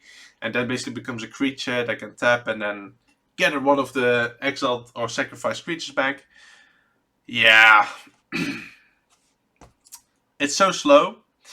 I do like that it can sacrifice your creatures, but I don't like that it only does this as a sorcery. I think this is basically too slow. The backside is also black, so you can only play this in black decks, which generally already have a bunch of sack outlets. In which case, why are you playing this? Play literally anything else. I don't like it. Igmorph Nexus, tap for 1, or for 1 mana, it can become a 1/1 flyer with Infect, which can be really nice if you're, say, playing an Arden deck and you're playing Colossus Hammer. It can be really nice there. It also has some synergy with other Infect commanders if you're into that kind of thing. It is still very niche though, I think. It does have a home if in some decks. I'll put it in C tier. It's kind of whatever. It can be really nice in the Arden deck I spoke of before. But that's so niche. Right? So I'll put it in C tier. Interplanar Beacon. Whenever you cast Planeswalker spell, you gain 1 life. Tap for colors. All for 1 and tap. Add 2 mana of different colors. And then you can only use it for Planeswalkers. So this will go in your Superfan decks. And it's very good there. And otherwise you're not playing this. So yeah, A tier for those decks. Otherwise, what are you doing? Event is fair. At the beginning of your upkeep, if you have 3 or more artifacts, you gain 1 life. You can tap to add colors to your mana pool. Offer 4 mana and tap and sack it. You get to search, you get to tutor an artifact to your hand, basically, and only activate it if you have 3 or more artifacts. So this is a staple in your artifact decks. It's really good there. Being able to tutor any artifact is really strong. And just being on a land that's nice. The life gain is also just a nice little benefit, though it generally doesn't really matter that much, but it is nice that it's on there. I think this you will always play this in artifact decks, and otherwise you're not playing this. Irrigated Farmland is one of the Amonkhet cycle lands. It does have land type, so it is fetchable. It enters tapped, and it has cycling for 2. So it's okay. Entering tapped means it can't be that high, but being able to cycle is nice. And tapping for 2 colors is probably a little better than just tapping for colors. Even though it does enter tapped. Yeah, I'll put them in B tier. They're average. Junktown, also from the Fallout set. It taps for colors, all for 5 mana, and tap it and sacrifice it. You create 3 junk tokens, which are artifacts which you can tap and sacrifice to exile top card from your library, and you can play it this turn. It does make 3 artifact tokens, which is interesting. I haven't seen it thus far being played. I haven't put it in any decks myself thus far. But I imagine it's okay. It's okay. Paying 6 mana essentially to make those tokens is a lot. However, I do like that they don't require mana themselves, and I could see playing this in something like Prosper, for example, or something else that cares about that sort of thing. Playing from exile, or maybe you just want a bunch of artifact tokens, which is nice. Honestly, I think this card is kind of nice. I'm going to put it in B tier. Khan's Bastion is a colorless land, and for 4 mana tap it, you can proliferate, which can be nice in some decks, say your counter decks, your planeswalker decks, your infect decks. You can play it, but even then you're paying a lot of mana, which I don't like. Generally, you're never playing this, but even in those decks, this is a ton of mana, and for that reason I'm going to put it in C tier. I don't think the card is that good, even though it shows up in a lot of decks. I don't think you're activating it nearly enough to be justified in playing it in that many decks when I look at EDH Rec, for example. Karu, the original bounce land. It enters tapped and it taps for 2 mana. However, the big difference with the bounce lands that we've looked at previously is that you need to return specifically an untapped planes you control to its owner's hand. So not only is the tap land, you also need to return an untapped land, so it actually costs you a mana every time you play it, which means it's just a lot worse. I would rather play the colorless version than play this one, even in my monocolor decks. Yeah, this one's terrible, never play these. Keswick Wolverine is a land that taps for colorless, and then you can pay X and a red and a green, and tap it to give a creature +X/+0 and trample on the end of turn. It's already nice that we have a land that can give trample. Can be really nice for, say, Voltron decks, or for example. And just being able to pump in mana to give it a power boost is even more upside. I do like this land in, say, Voltron decks. Yeah, it can just be really nice. Though It doesn't do anything really special. I'm debating whether to put this in A or B tier, but generally, looking at the rest of these, yeah, okay. I think you can justify putting it in A tier. There are a lot of decks that can really use this effect, and being it on a land is really nice. Colony Garden is a green land, enters tapped, and when it enters, you make a 0/1 green plant token. So you're not playing this willy-nilly. You really want to be either sacrificing it or caring about tokens in a different way. But if you do, I do really like it. Being able to make a token for free, essentially, is really nice. It's no Field of the Dead, but it's still pretty good. I'm going to put it in B tier. Keep is a colorless land that for 1 and a red, you can tap it to create a 0/1 token. As for repeatable token generators go, this is probably the most efficient one you're going to get on a land, apart from Field of the Dead. Even then, it's still just okay. It's still very inefficient, but it's okay. Core Haven is a colorless land that for 1 and a white, you can tap it to prevent all combat damage that will be dealt by target attacking creature this turn. I rather like this card, especially when we compare it to something like Maze of Ith, which doesn't tap for mana. This is a very nice little backup. This can absolutely blow out stuff like Voltron, or really just save you in a pinch. If I'm playing a deck with a lot of instants and I'm in white, I will often play this card, and it has done wonders for me in the past. I actually really like this card. For me, personally, I almost want to put it in A tier, but if I'm honest, even then it's still just okay. You're not using it that often, but in a lot of games you will use it. But even then it's just okay. Frozen Verge is a tap land that only taps for colorless, despite how it looks. And then for 2 mana and tap and sacrifice it, you can search your library for a forest and a plains and put both of those onto the battlefield tapped. Personally, I do like this kind of effect. It is a tap land, which means it's never going to be below B really. However, this can really be a nice play for your turn 3 to at least ramp you if you don't have any ramp in hand. Not much else to say. Personally, I like it. I also like that it can fetch non-basic forests and plains, which means it can really fix you. Yeah, I like it. Labyrinth of Skovos is a colorless land, and for 4 mana and tap it, you can remove target attacking or blocking creature from combat. So rather similar to the Core Haven, in that it can remove attackers.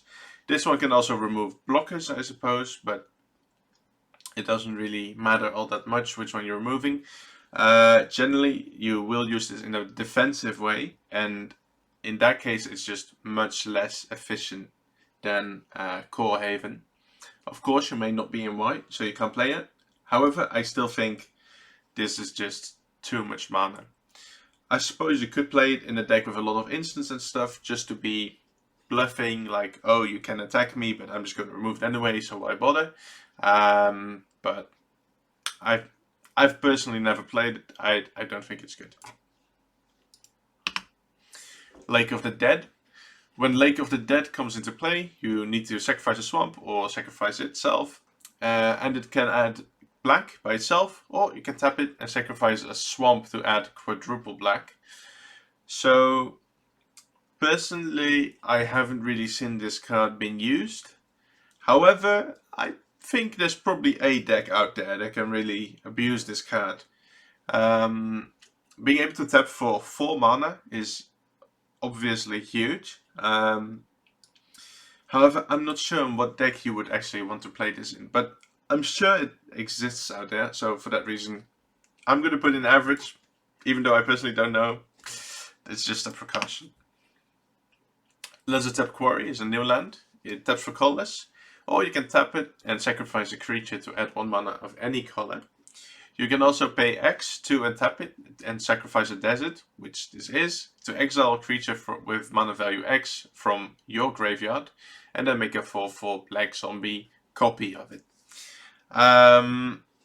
So one thing that's notable is that this is one of the non-black sack outlets on a land, which is rather rare. For that reason alone, I already want to put it in B tier. But on top of that, it also has this ability where you can recur a creature of yours from the graveyard and make a copy of it. So for that reason, you can also use it in maybe something like a populate deck or something like that. I think it's a nice little versatile card. I do think it has homes, but I don't think it's particularly efficient or anything. I'm going to put it in B tier. Llanowar Reborn, enters tapped, taps for green, and has graft 1. Very simple. Tap lands aren't that great, obviously. There are some decks that might want this. I'm gonna put it right next to the Drannith Ruins, I think, if I can remember where I put that. But I do believe I put that in B tier. So that's where I'm gonna put this. Lotus Field is a land with hexproof. Enters tapped. When it enters, you need to sacrifice 2 lands, and it taps for 3 mana of any one color. So in something like the Revi, you will love this kind of thing. It can also help with, say, stuff like land tax effects. And I'm sure there's a bunch of other different little combos with it. I think this card has actually a bunch of homes, and in some decks it can be really great. And for that reason, I'm going to put it in A tier. One last thing to mention is that you shouldn't just be plugging this in willy-nilly. You do need to have some synergy with it, but when you do, it can be really good. Maze Ring Network is a colorless land, and it's one of the storage lands. So for 1 and tap it, you can put a storage counter on it, and you can also tap it to remove any number of storage counters from it, and add a colorless for each removed this way.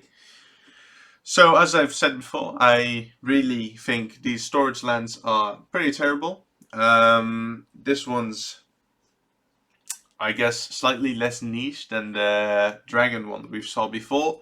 However, I still think these cards are absolutely unplayable. I suppose you could play them if you're doing something with proliferate and stuff, but even then, it's probably not worth it. However, for that reason, there might be a home, so I'll put in D tier. Magosi, the Water Veil, is a very interesting land. It enters tapped, and it taps for blue. And then you can pay blue and tap it, and put an Eon counter on it, and then you skip your next turn. So, what do you want to do with that? You can tap it and remove that Eon counter from it, and return it to your hand to take an extra turn after this one.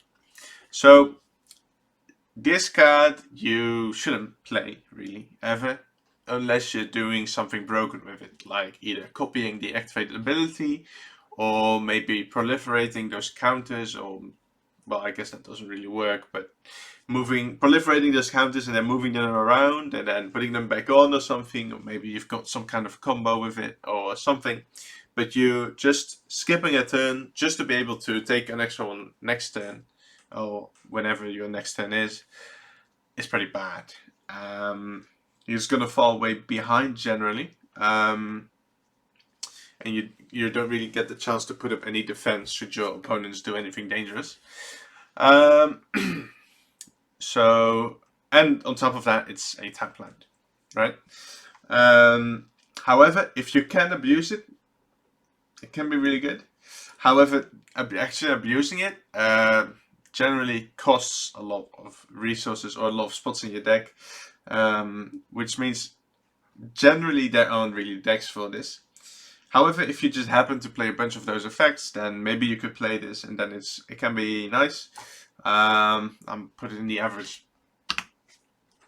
Mana Conference is City of Brass's big brother, I want to say. This one taps and pay 1 life to add 1 mana of any color. Comes in untapped, pretty great. It is also slightly better than City of Brass, because let's say we have an Urborg or you have a Maya on the field. That means we can now tap this one for black or green without losing life, while City of Brass will still lose its life. So it's going right next to it, but it is a lot better. Celestial Colonnade, it enters tapped. This is basically a stand-in for all the manlands that exist. And manlands, they're okay, but I would never just play them just because they're a man land, right? You need to have some kind of synergy with them. Otherwise, paying, in this example, 5 mana to make this a 4/4, who cares? Some of the one they make tokens, some of them they exile cards. You do need to have some kind of synergy with them. And even then, they're usually a really inefficient rate, as we expect from lands. I don't think these can go any higher than B tier. They do tap for 2 colors generally, but you need some synergy before I actually want to put them in any deck. Maze of Ith is an old classic that does not tap for mana, but what it does do is being able to tap. So untap a target attacking creature, prevent all combat damage that would be dealt to and dealt by that creature this turn. So it essentially deters attackers, that's what it usually does. And in the past, you often would just see people playing this card just because it's like a free way to prevent people from attacking you. Nowadays, attacking matters a little bit less, and missing your land drop to play this is simply terrible. Personally, I will never play this card, and I don't think you should either.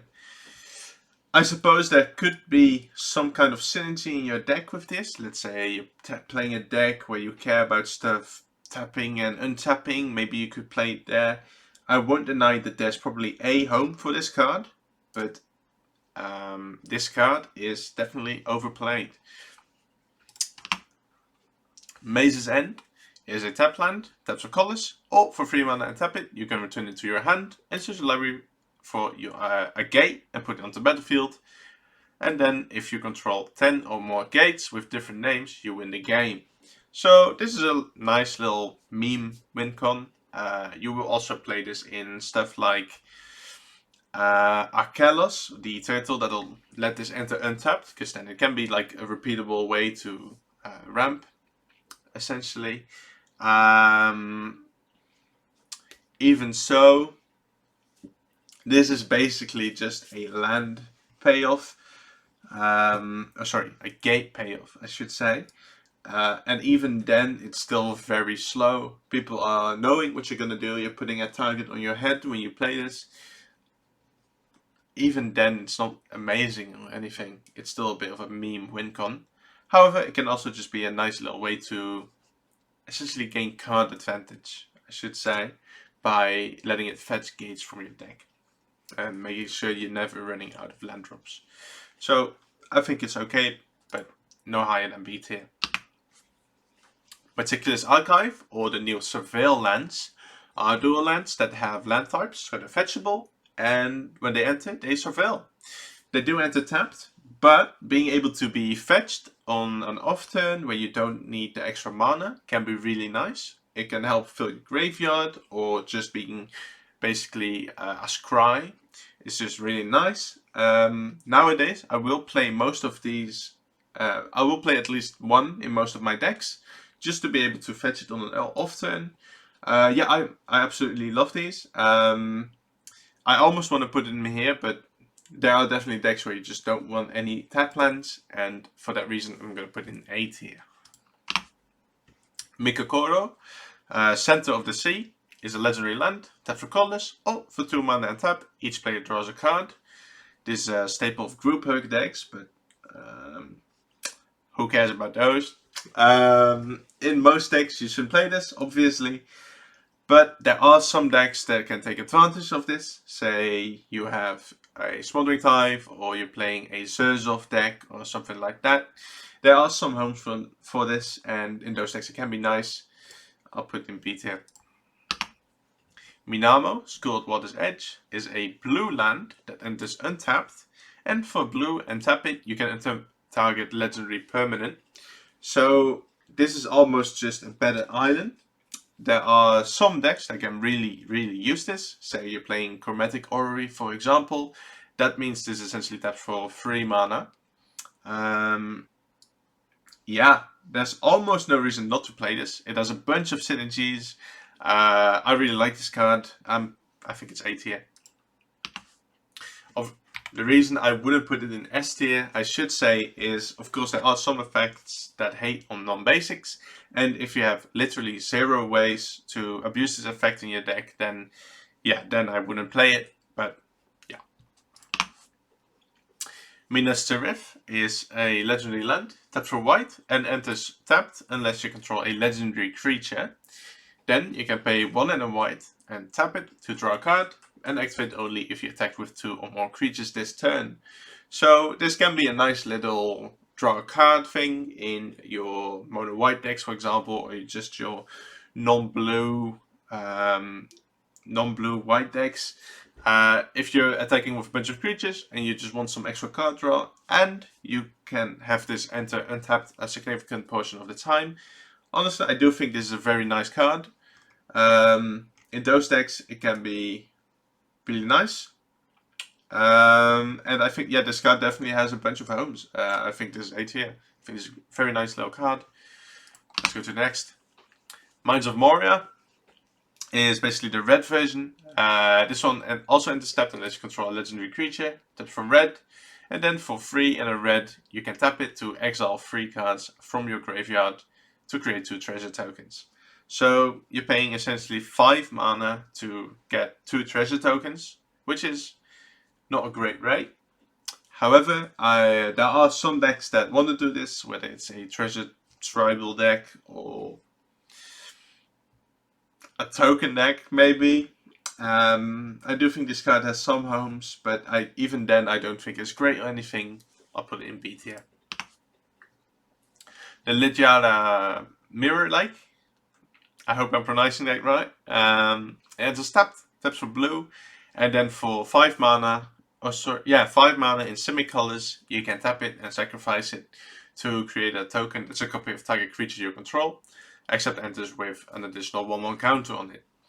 So you could play this in something like a Simic Populate deck or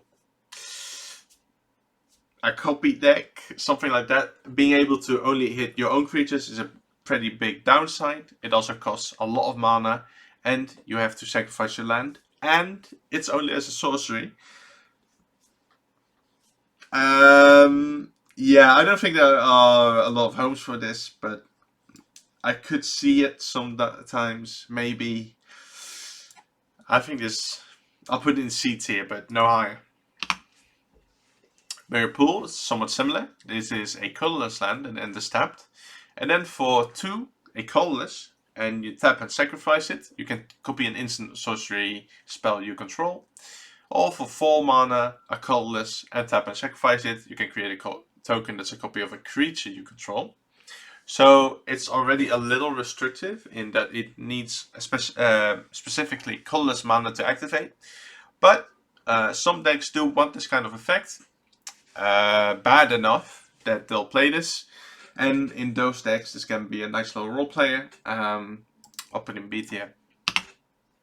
Mistress Factory is a manland. This one taps for colorless, and for 1 mana and tap and not tap it. Just for 1 mana it becomes a 2/2 assembly worker artifact creature, and then you can tap it to give an assembly worker +1/+1 until end of turn. So I'm not really seeing where you're playing this. Yeah, I'd almost always rather play Inkmoth Nexus or Blinkmoth Nexus or whatever if I really want an artifact creature. I guess it can block as a 3/3, but you shouldn't really be playing this for any reason or for that reason. I don't think this has any homes, really. I think there are a ton of other cards that you could be playing instead of this, and for that reason I don't think you should ever play this. Mishra's Workshop is a land that taps for 3 colorless, and you can only use it to cast artifacts. So obviously this is completely bonkers in artifact decks. In that deck it's super good. Most decks aren't artifact decks, and most decks shouldn't be running this card. However, in those artifact decks it's absolutely insane, and for that reason it's going in A tier. Mistal Plains is a plains, so it taps for white and enters tapped.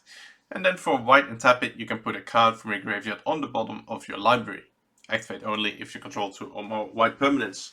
So this can be nice in, say, decks that tutor a lot. So let's say you're playing one of the Sisseys or something. This can be a way to basically recur a bunch of effects. In those decks it's amazing. It's also fetchable, which is nice. But in most decks this is absolutely useless. I'll put it in B tier. Monumental Hedge is a white land that enters tapped unless you control planes. And then for 4 mana and tap it, you can look at the top 5 cards of a library and then reveal a historic card from it and put it into your hand. This is nice, honestly. Looking at 5 cards is pretty good. 5 mana essentially to use it is a lot. However,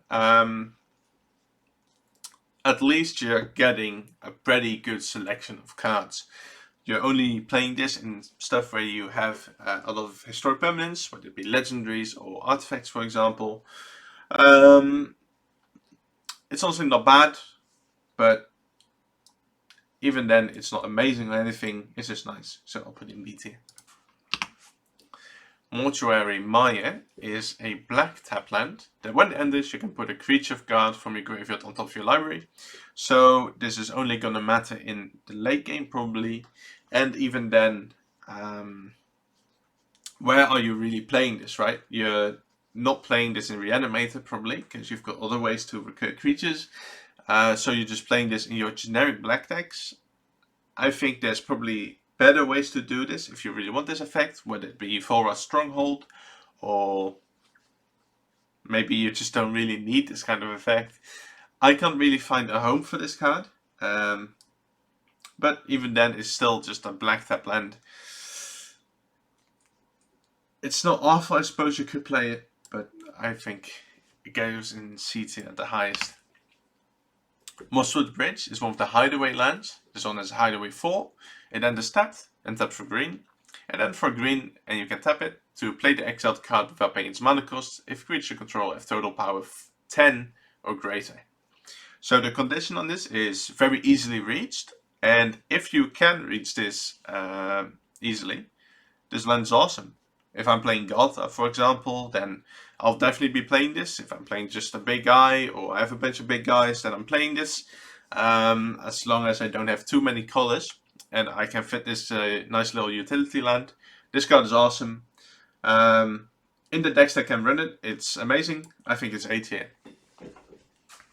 Being able to play a spell for free is such a huge mana boost. It's awesome. You can even do it at instant speed, which is nice. Mount Doom is a Rakdos land that you can tap for colored mana as long as you pay 1 life. For 3 mana in Rakdos colors, you can tap it to deal 1 damage to each opponent. Or for 7 mana in Rakdos colors, you can tap it and sacrifice it and a legendary artifact in addition to choose up to 2 creatures, then destroy the rest, activate only as a sorcery. So generally you won't be playing this for the ping effect, although it does have some homes for that. So say the Neil Valgavoth or whatever, or say Obnixilis, they can make use of this effect. But it can also be an almost one-sided board wipe on your land, which is pretty crazy to think about. However, you're going to be needing to sacrifice a legendary artifact in addition. So that might be a Mox Opal or Mox Amber or a One Ring or something. If you can pull that off pretty consistently, then this card is probably worth including. If you can't, then probably not. Yeah, if you have synergy with this card, it can be pretty awesome. Having a board wipe on your land is pretty crazy. I'm going to put it in A tier because it's also just a land that taps for colored mana and comes in and tapped. Mutavault is a colorless land, and for 1 mana it can become a 2/2 creature with Changeling, basically. So if you're playing a heavy tribal deck, or maybe a Changeling deck or something, this card is awesome. If not, this card is pretty useless. Even in something like, well, yeah, this deck card definitely has some homes. And there are definitely decks that can make great use of this card. I'll put in 80 for that. Myriad Landscape is a tap land, taps for colorless, or for 2 mana you can tap and sack it to search your library for up to 2 basics that share a land type, and then put them onto the battlefield tapped. pretty good. Same thing as Crows and Verge, basically. This one's a little worse, but you can play this in any deck. I will definitely play this in stuff like Mono White or Mono Black, maybe. It's a nice little card for in between turns. If I'm playing just a couple of tap lands, then pretty often this is one of them. I think this card is pretty great. However, it is still just a tapped colorless land, and for that reason I can't put it any higher than B tier. Mystic Sanctuary is an island and comes in tapped unless you control 3 or more other islands. And when it does enter untapped, you can put an instant or sorcery from your graveyard on top of your library. So this card by itself is a fetchable way to recur instant sorceries and can come in untapped while doing so, which is already just awesome. It also is part of some combos even, and yeah, this card is freaking awesome. If you're playing enough islands and fetches to be able to justify this card, this is definitely a great card. If not, then you shouldn't be playing it. But yeah, this card is awesome. 18. Mystic Gate, or the filter lands. So I love these in 2 to 3 color lands, color decks. Yeah, not much to say. If I've got one white, one plains, and this one, suddenly I can just play counterspell off of this. Yeah, these are amazing at fixing your mana. I'm gonna put them in 8 here. If I'm playing 4 or 5 colors, then I probably won't be playing these, but otherwise I'm definitely playing these. Yeah. Nephalia Drownyard, tap for colorless, or for 3 mana in the mere colors, you can have target play mill 3 cards. So this is just way too inefficient. If I'm playing the mere and I'm on some self-mill theme, or maybe an opponent mill theme, yeah, you should definitely not be using this to mill your opponents. It's just way too inefficient. And you're in blue, so I really hope you've got something better to do with your mana. Yeah, this card sucks. I almost want to put it in F tier, but there might be a deck where you could play this. Maybe. Nesting Ground is a colorless untap land, and you can play 1 and tap it to move a counter from target permanent you control onto another target permanent and activate only as a sorcery. So this can be used in many different ways, whether it be to move indestructible counters around or to move, say, saga counters from your sagas, lore counters I should say. Yeah, this card has a bunch of different homes. And it can be actually really good in, say, a saga deck. This can be awesome in those decks. Yeah, I think this 8 here, really cool, very nice. Nimbus Maze is specifically an Azorius land that taps for colorless, or you can tap it for white if you have an island, or you can tap for blue if you've got plains. So it's okay. I'll play it in Azorius and basically nowhere else, but in those decks, it's good, it's fine. You could probably also play this in 3 color decks, if I'm being honest, but yeah, this is a fine land, not much else to say. 8 here. Novagen, Heart of Progress, taps for colorless, or for semi-colors and tap it, you can put a 1/1 counter on each creature that entered the battlefield this turn. So holding this up is simply too much mana. Yeah, in Semic as well, so you shouldn't have really too many problems with putting counters on your stuff. And paying 3 mana to do it is a really terrible deal. Even so, at least that is untapped. And if you really want this effect, I could see you playing this maybe. Put it in C tier. Nykthos, Shrine to Nyx. Tap for colorless, or for 2 mana and tap it. You choose a color and add as much mana of that color as you have devotion to it. So this is obviously awesome in your monocolor decks. If you're using this and suddenly you're adding 5, 6, even more mana, yeah, this is freaking awesome. In those decks, it's amazing, and I'm gonna put it in 8 here. Oboro, Palace in the Clouds, is a blue land that enters untapped, and for 1 mana you can return it to your hand. So you'll play this in landfall and basically nowhere else. Yeah, in those decks, it's almost just a better island. There's not much else to say. I can't put any lower than 8 here. Obscura Storefront. This is one of the new Evolving Wilds spin-offs. This one gains you a life in exchange for only being able to fetch plains, islands, or swamps. But there's basically no reason to play this, and for that reason I'm going to put an F tier. Ominous Cemetery is a colorless land that for 5 mana and tap and you exile it, you can have target creature's owner shuffle it into their library. So this is removal on the land. It is very inefficient, but just straight up removal like this, I don't think we've really seen that before. Honestly, I'm tempted to put this in B tier, but even though I haven't really been playing it, it is just very inefficient. But honestly, being able to be almost unconditional removal like that is pretty great. But it's just simply too inefficient, and for that reason I'm going to put it in C tier. Opal Palace is a colorless land, or you can pay 1 and tap it to add 1 mana of any color. So it's basically a filter land, and then if you spend that mana to cast your commander, it enters the battlefield with a number of 1/1 counters on it, equal to the number of times it's been cast from the command zone in this game. So if you really care about having 1/1 counters on your commander, I could see you playing this. But even then, it's not amazing. It basically costs you a mana to do it. And if you're already having cast your commander a bunch of times, then you don't really want to be spending even more mana on it, I don't think. Just to get a couple of counters. I don't think this card is good at all, but I'll put it in C tier because there's probably a commander that really wants just a counter on itself. And for that reason, I'll put it in C tier. Oran Reef, the Vastwood.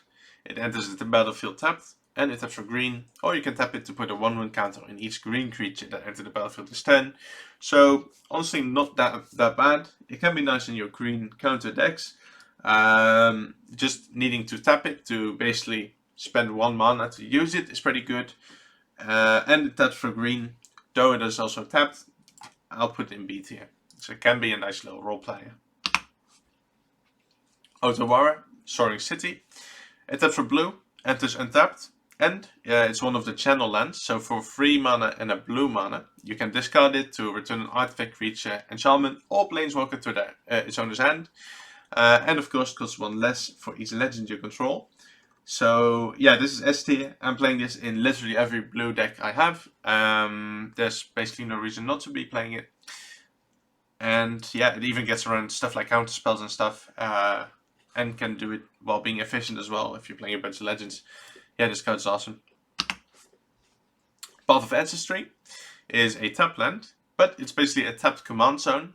And when you use the mana to cast a creature that shares a creature type with your commander, say your commander, you also get to scry one. So if I'm playing 5 color, for example, I'll often play this. If I'm playing tribal, I'll often play this just because it can repeatedly scry. And it's also just a tapped command tower, which is amazing. So it does enter tapped, which is a point, which is a downside, but it taps for every color you need and can even scry while doing so. So I'll put this in A tier. Phyrexian Tower is a colorless land that can tap for black if you sacrifice a creature, where it will tap for 2 black. Yeah, if I'm playing a bunch of sacrifice effects, this is awesome. It's a free sack outlet. It's also a land that can tap for more than 1 mana. Yeah, this card can be absolutely awesome. A tier.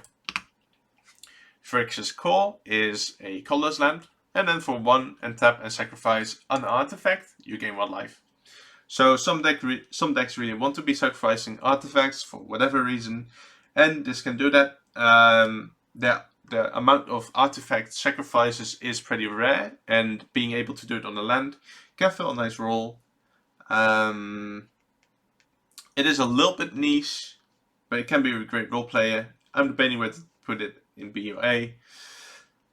Honestly, I'll put it in B, because most decks don't run this, obviously. And even in the decks that do, it's often just alright.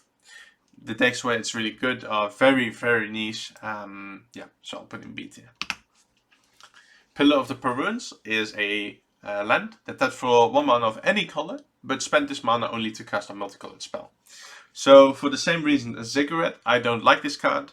I've got a Myth deck that cares about all the different multicolored cards, and even there I would never play this, just because, let's say I want to play 1 card that happens to be just monocolored.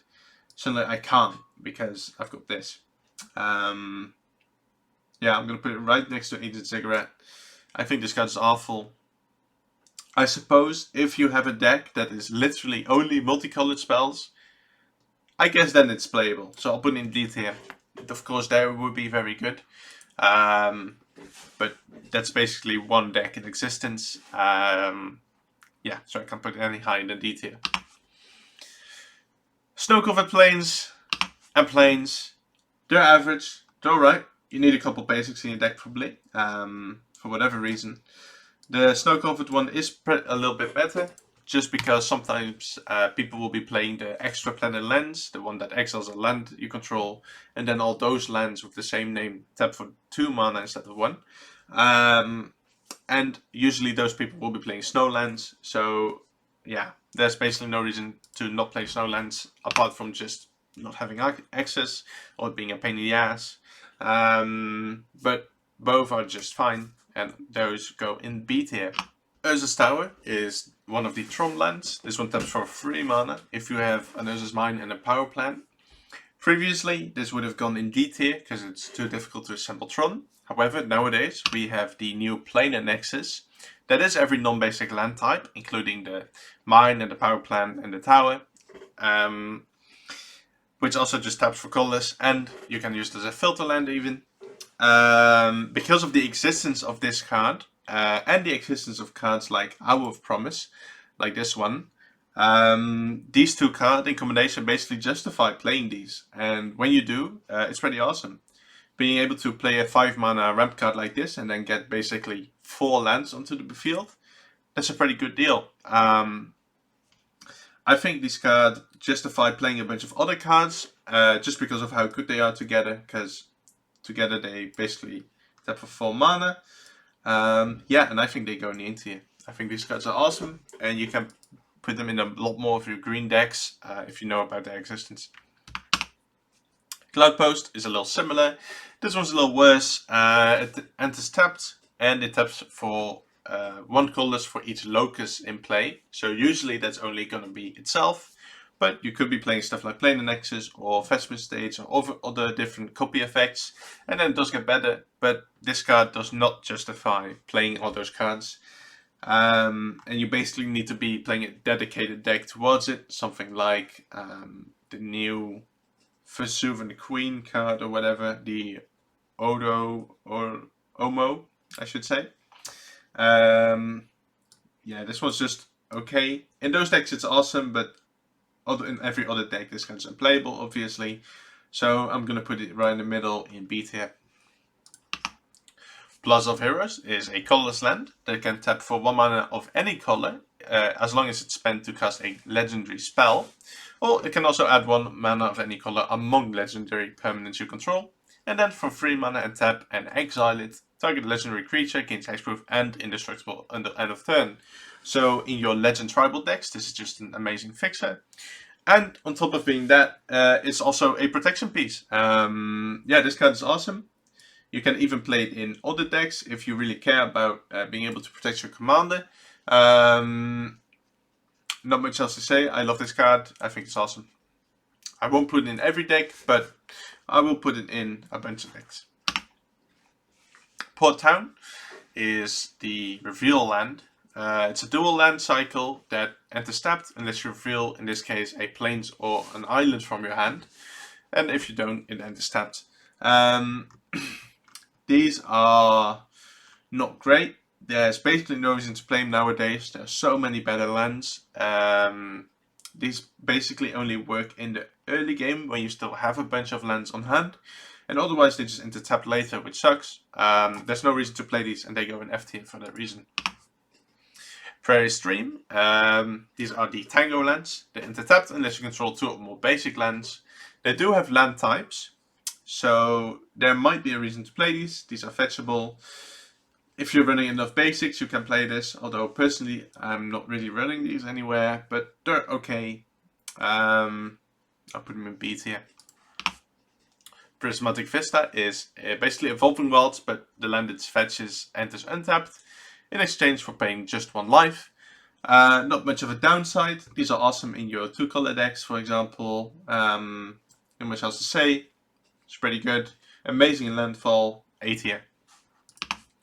Radiant Fountain, when it enters you gain 2 life, and it taps for colorless. So even in dedicated life decks, gain life decks, life gain decks, I still wouldn't really be playing this. It's just not very good, is it? It does enter untapped, but unless I've got a heavy synergy with this, it's just not that good, right? I think I'll put it in C tier at the highest. There are some life gain decks that can use this, but even then it's not amazing or anything, so I'll put it in C. The Triomes, the tap lands, they tap for 3 different colors and have those 3 different land types. And on top of that, they also have cycling for 3 mana.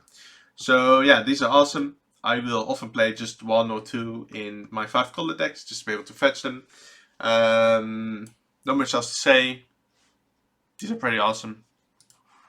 Just being able to fetch for one of them in one of your off turns is amazing. They can really help you fix, and they can even cycle on the late game. The Razortide Bridge, or the activate lands that enter tapped, are dual lands and have indestructible. So these are, I think, a little worse than the regular artifact lands, just for being able to, just for coming in tapped. However, they're about as useful. It's very close. I think it's a little worse, but it's very close. Reflecting Pool. Taps for any mana of any color that a land you control could produce. So I personally don't like this, and I'm running it anywhere, even in my 2-color deck. Let's say I'm running an Azorius deck, and I've got a bunch of planes, and I'm drawing this, and I still just have a bunch of planes. The more colors you're running, the more of a problem this becomes, because it's never really going to give you any new colors. And for that reason, I don't like it. I think this card's bad. Though it's not awful, you could run it without too many issues, but you probably shouldn't be. So for that reason, I'm going to put it in D tier. Reliquary Tower. A classic. This one taps for colorless, and you have no maximum hand size. Personally, I believe that you can probably run every deck without this. However, if you're greedy like me, then this card is very nice. I just like having all my cards. I don't want to think about which ones I'm going to discard. If I'm drawing a ton of cards and I'm not running too many colors, then I will play this. I personally love this card, but I can't justify putting it any higher than B tier. Promote Farm enters the battlefield tapped with 2 depletion counters on it, and then you can tap it and remove one of these counters to add 2 white mana. There's a whole cycle of these, but they're not great in your average deck. Maybe if you've got a bunch of proliferate effects, these could be good, but otherwise I would never play these. I'll put them in D tier. Riptide Laboratory taps for colorless, or for 1 and a blue. You can tap it to return target wizard you control to its owner's hand. So this can be a nice little piece in your wizard decks. Say a Nala can make use of this, but even then it's just okay. For that reason, I'm going to put in B tier. Rivendell is a blue land and is tapped unless you control legend. And then for 1 and a blue and tap it, you can scry 2 and activate only if you control legend. So this is basically just a much more efficient Castle of Ventress.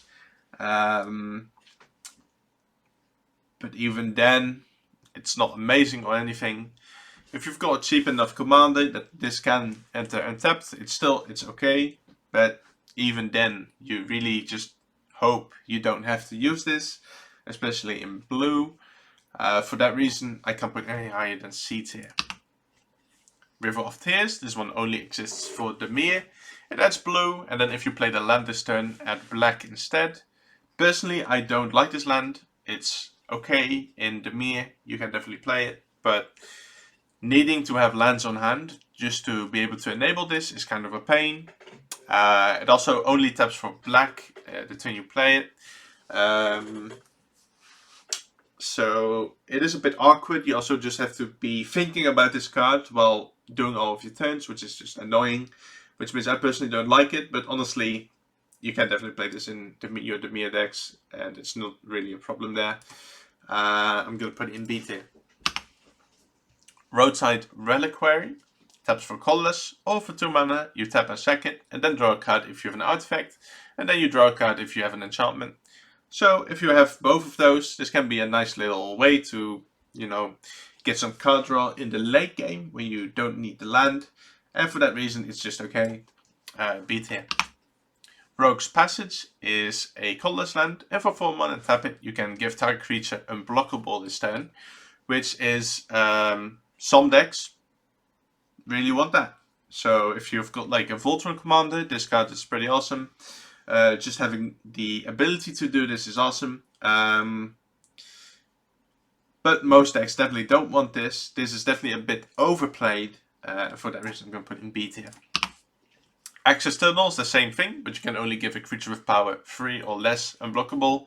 And it costs 1 less to activate. So this can be nice if you've got a smaller commander that cares about doing combat damage. If you really wanted to be doing that, then it's okay. But I do think it's a lot more niche than just the Rogue's Passage is. And for that, I'm going to put it a tier lower. Sanctum of Eternity is a colorless land. For 2 mana and tap it, you return target commander you own from the battlefield to your hand. Activate this ability only during your turn. So, where are you playing this? I guess if your commander has an ETB, then this is a pretty terrible way to recur it, because you still have to pull all the full costs afterwards. This goes infinite with Zakama, as long as you have 13 or more lands, I suppose. In that deck, it's an S tier, but in every other deck, this card's awful. This deck has basically 1 home, and for that reason, it's going in D tier. Scavenger Grounds, tap for colorless, or for 2 mana, and tap it and sacrifice a desert, which this is. You can exile all graveyards. So if you're not in black and you still want your 1 piece of Graveyard Hate, this can definitely be that. It's pretty good. Not really much of an issue. I'm going to put it right next to Bojuka Bog. If I have to choose between the two, I'm probably choosing Bojuka Bog, but it's pretty close. One thing to note is that it does exile all graveyards. So if you're playing a graveyard deck, then probably this is not so good. But all in all, it's a pretty good card. Scene of the Crime. This land does a bunch of things. It's an artifact land, and it's also a clue. So it enters tapped. It taps for colorless, or you can tap and tap an untapped creature you control to add 1 mana of any color, and then for 2 mana you can sacrifice it to draw a card, like most clues can. This card does a ton of things. None of them it does well, but it's a land that can tap your untapped creature if you care about that.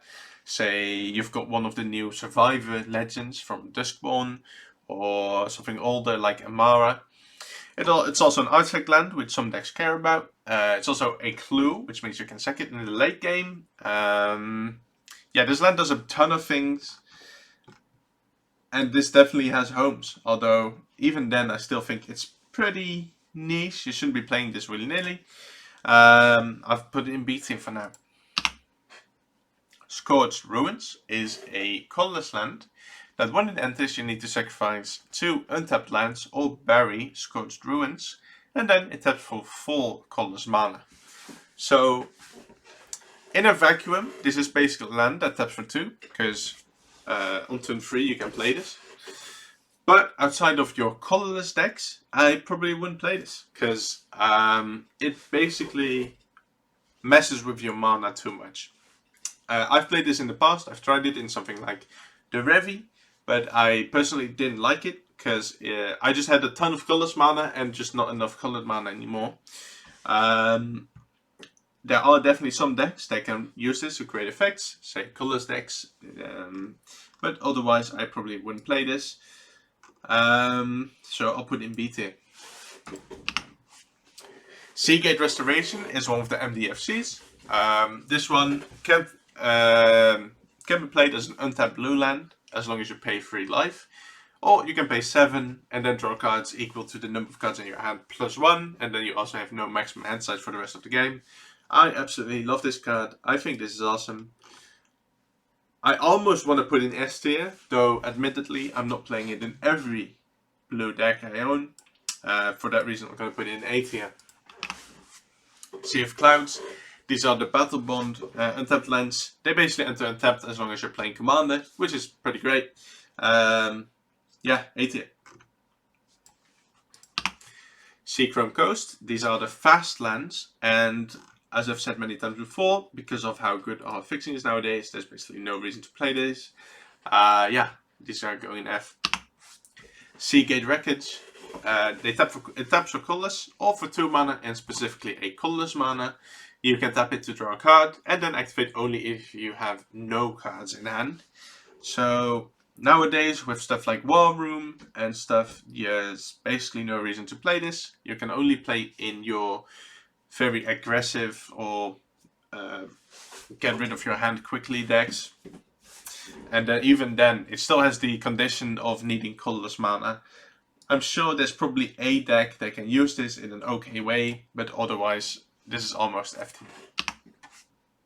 Secluded Courtyard is a land that lets you choose a creature type when it enters, and then it taps for colorless mana, or you can tap it for mana of any color and then spend it only on the chosen creature type or activate abilities of that type.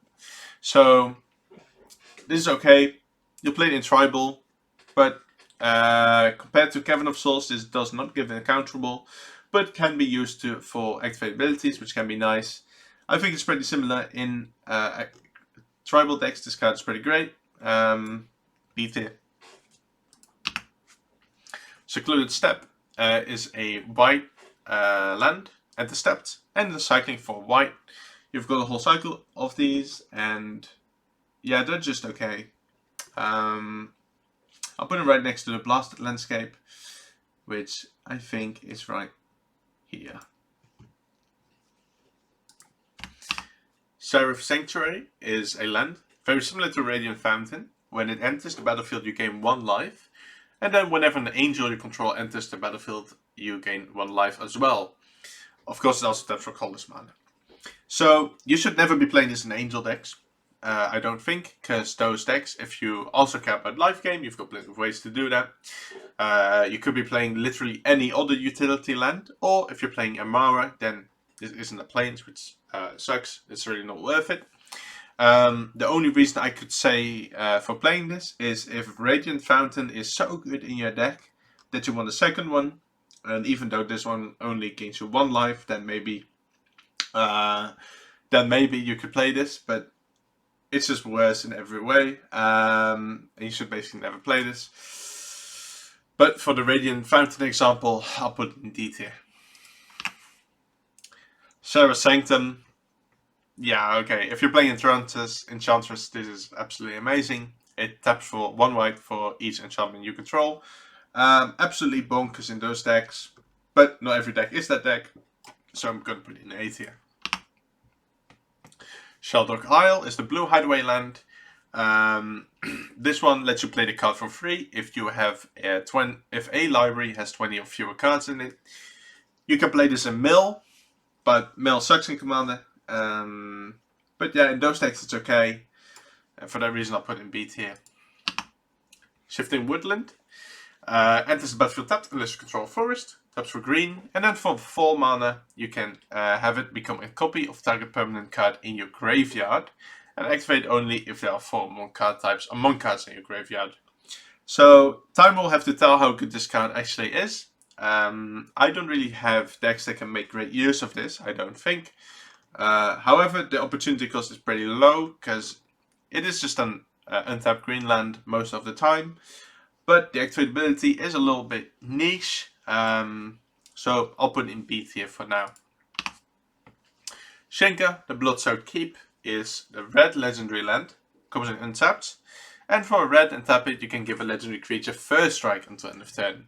So this is about as niche as the Iganjo land.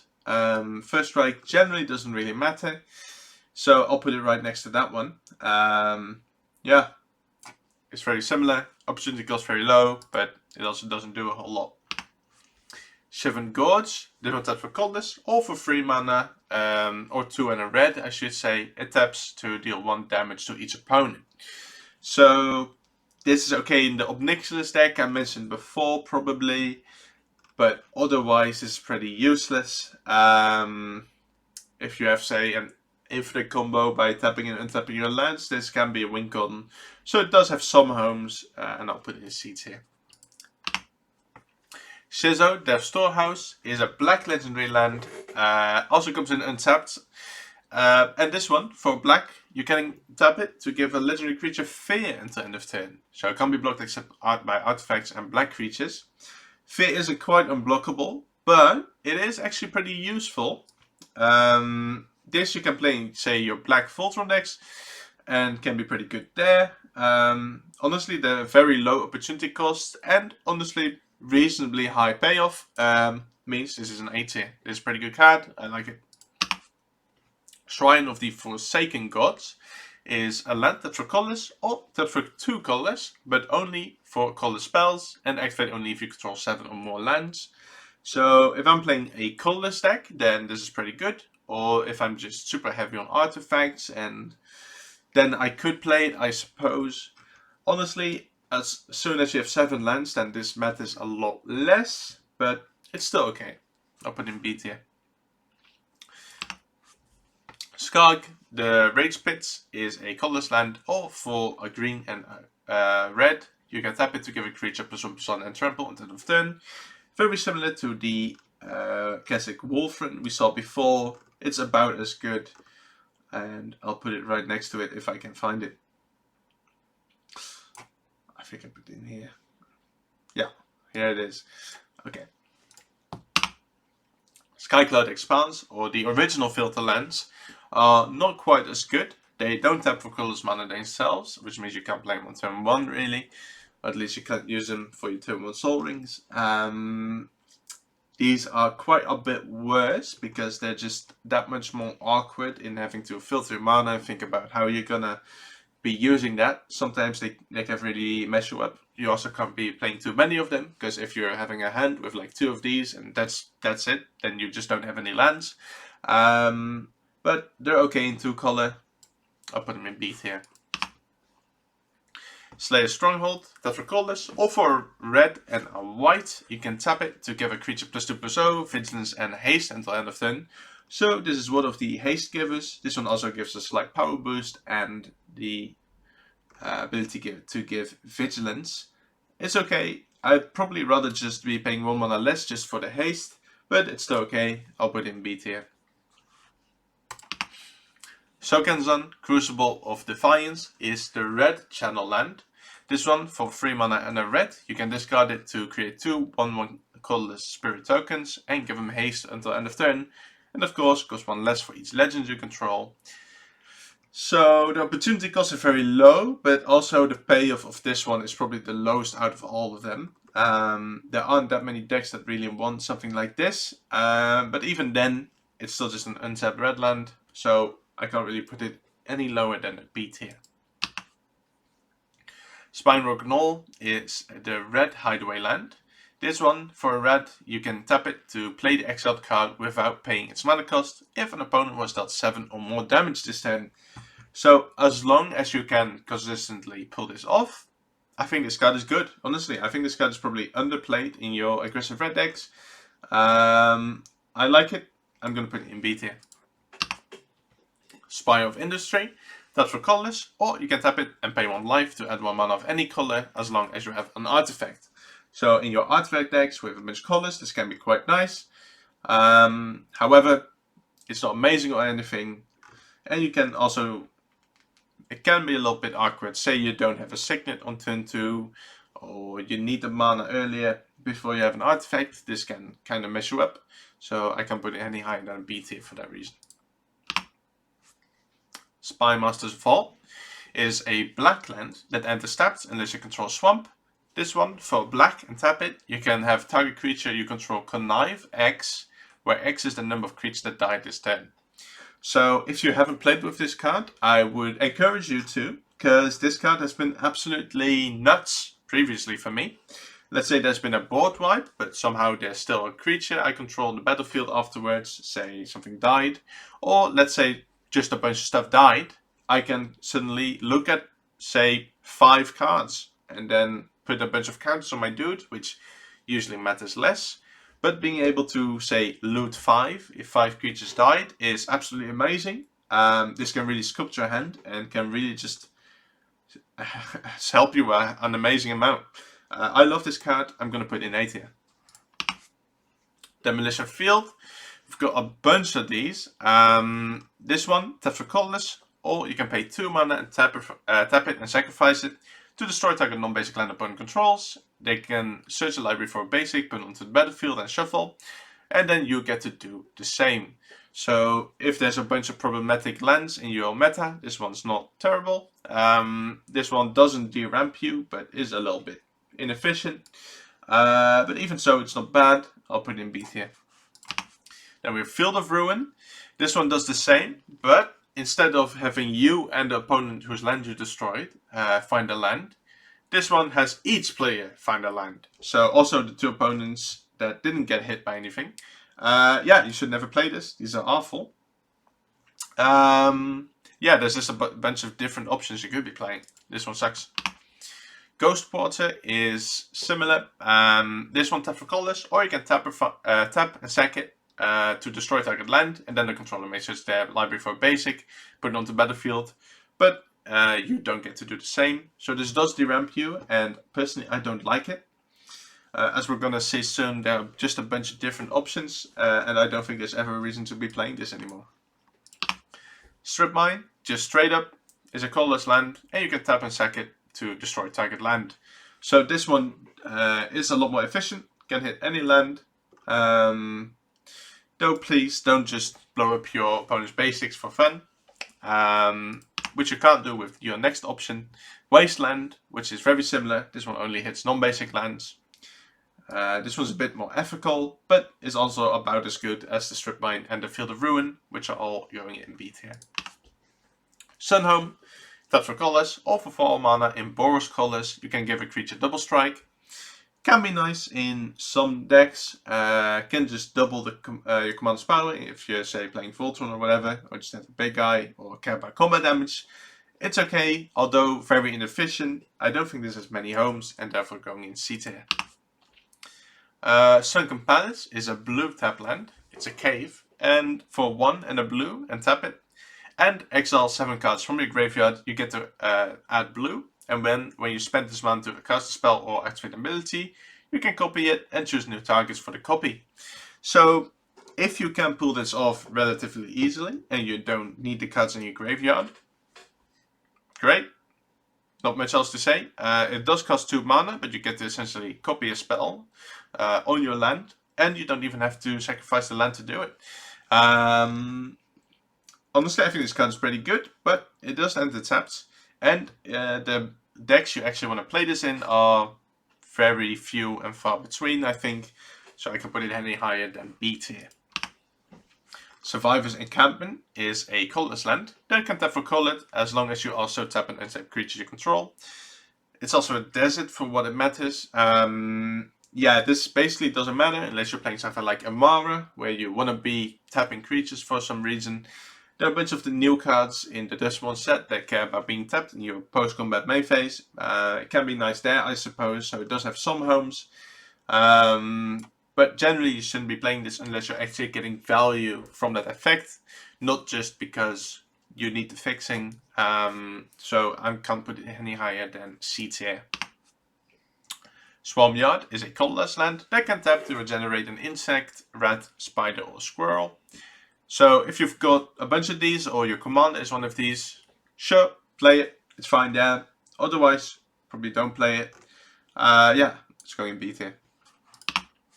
Takenuma, Abandoned Maya, is the black channel land. This one, for 3 mana and a black, you get to discard it.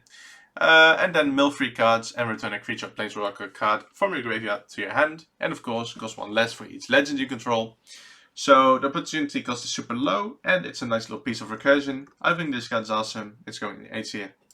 Talon Gates of Madara is a colorless land. That can also be a filter land.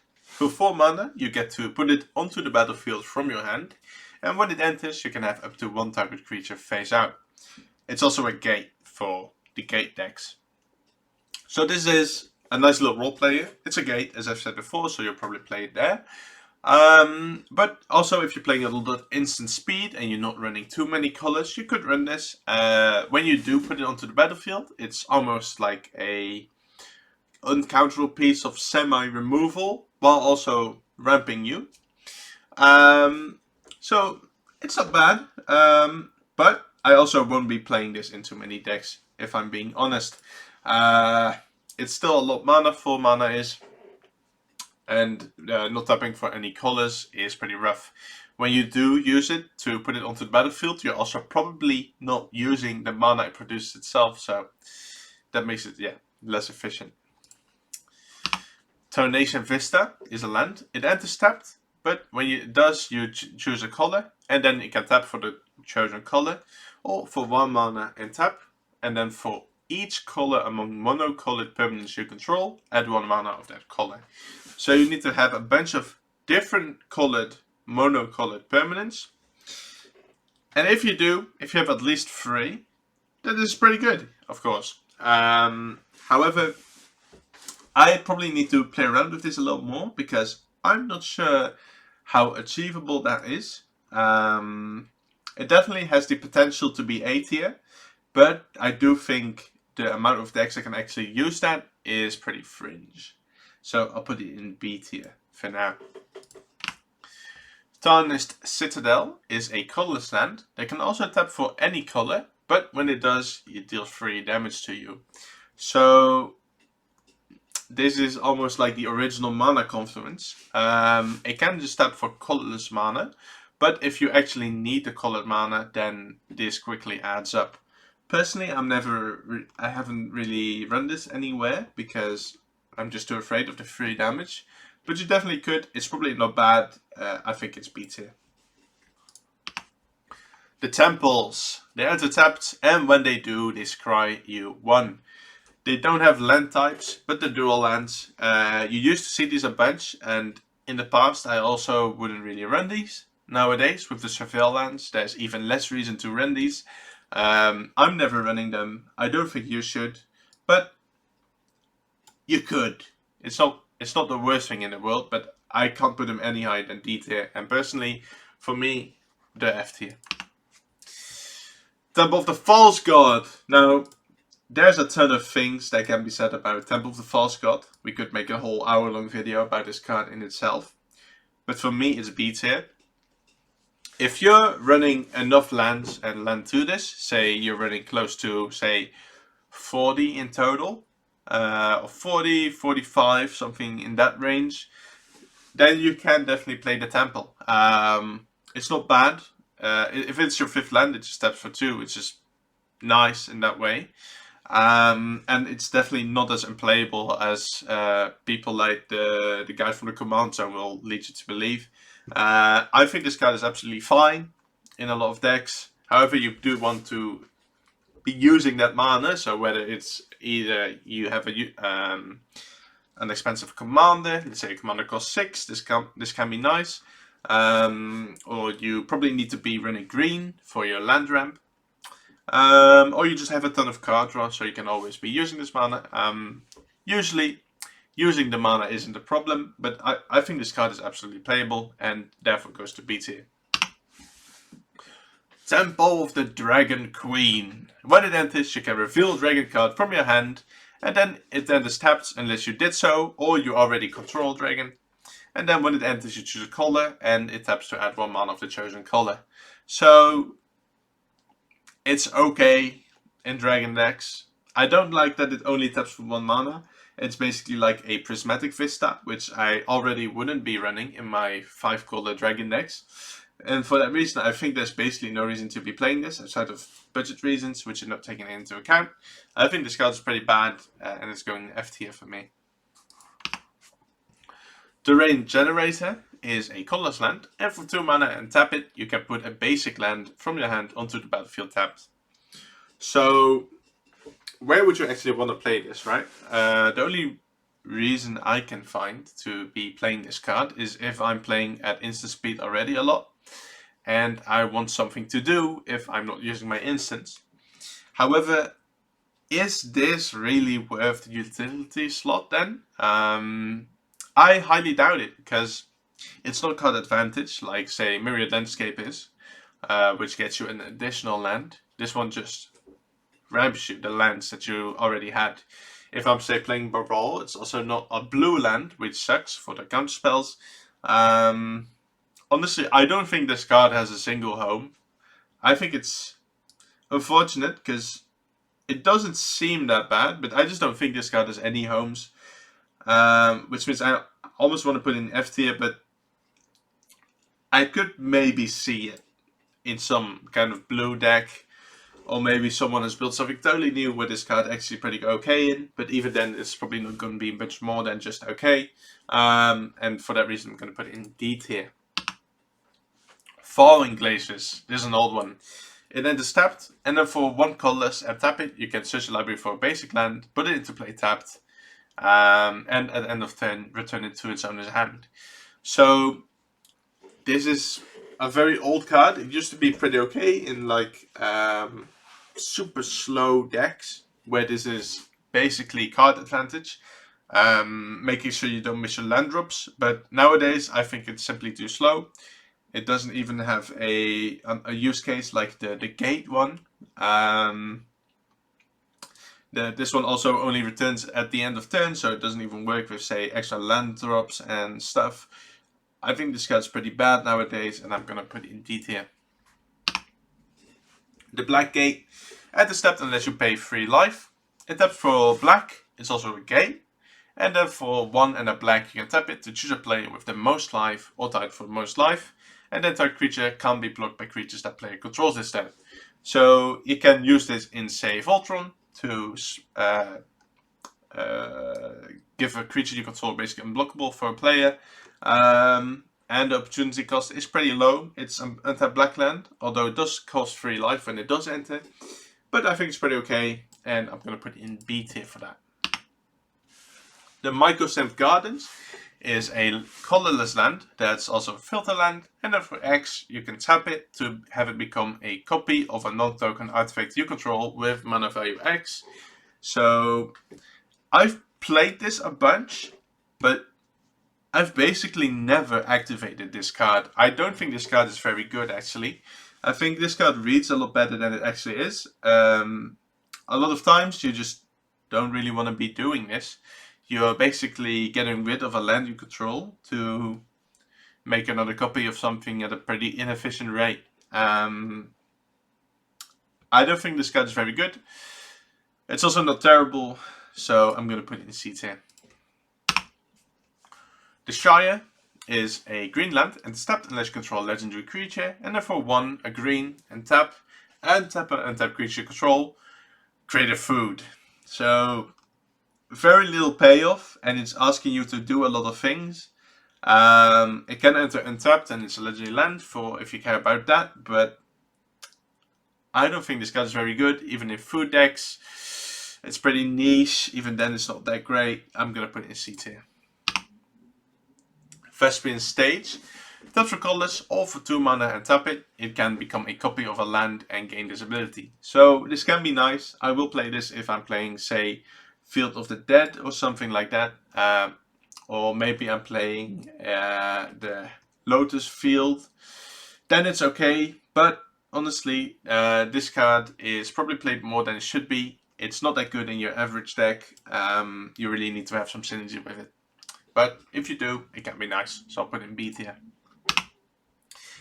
The Tabernacle Apendrel Veil.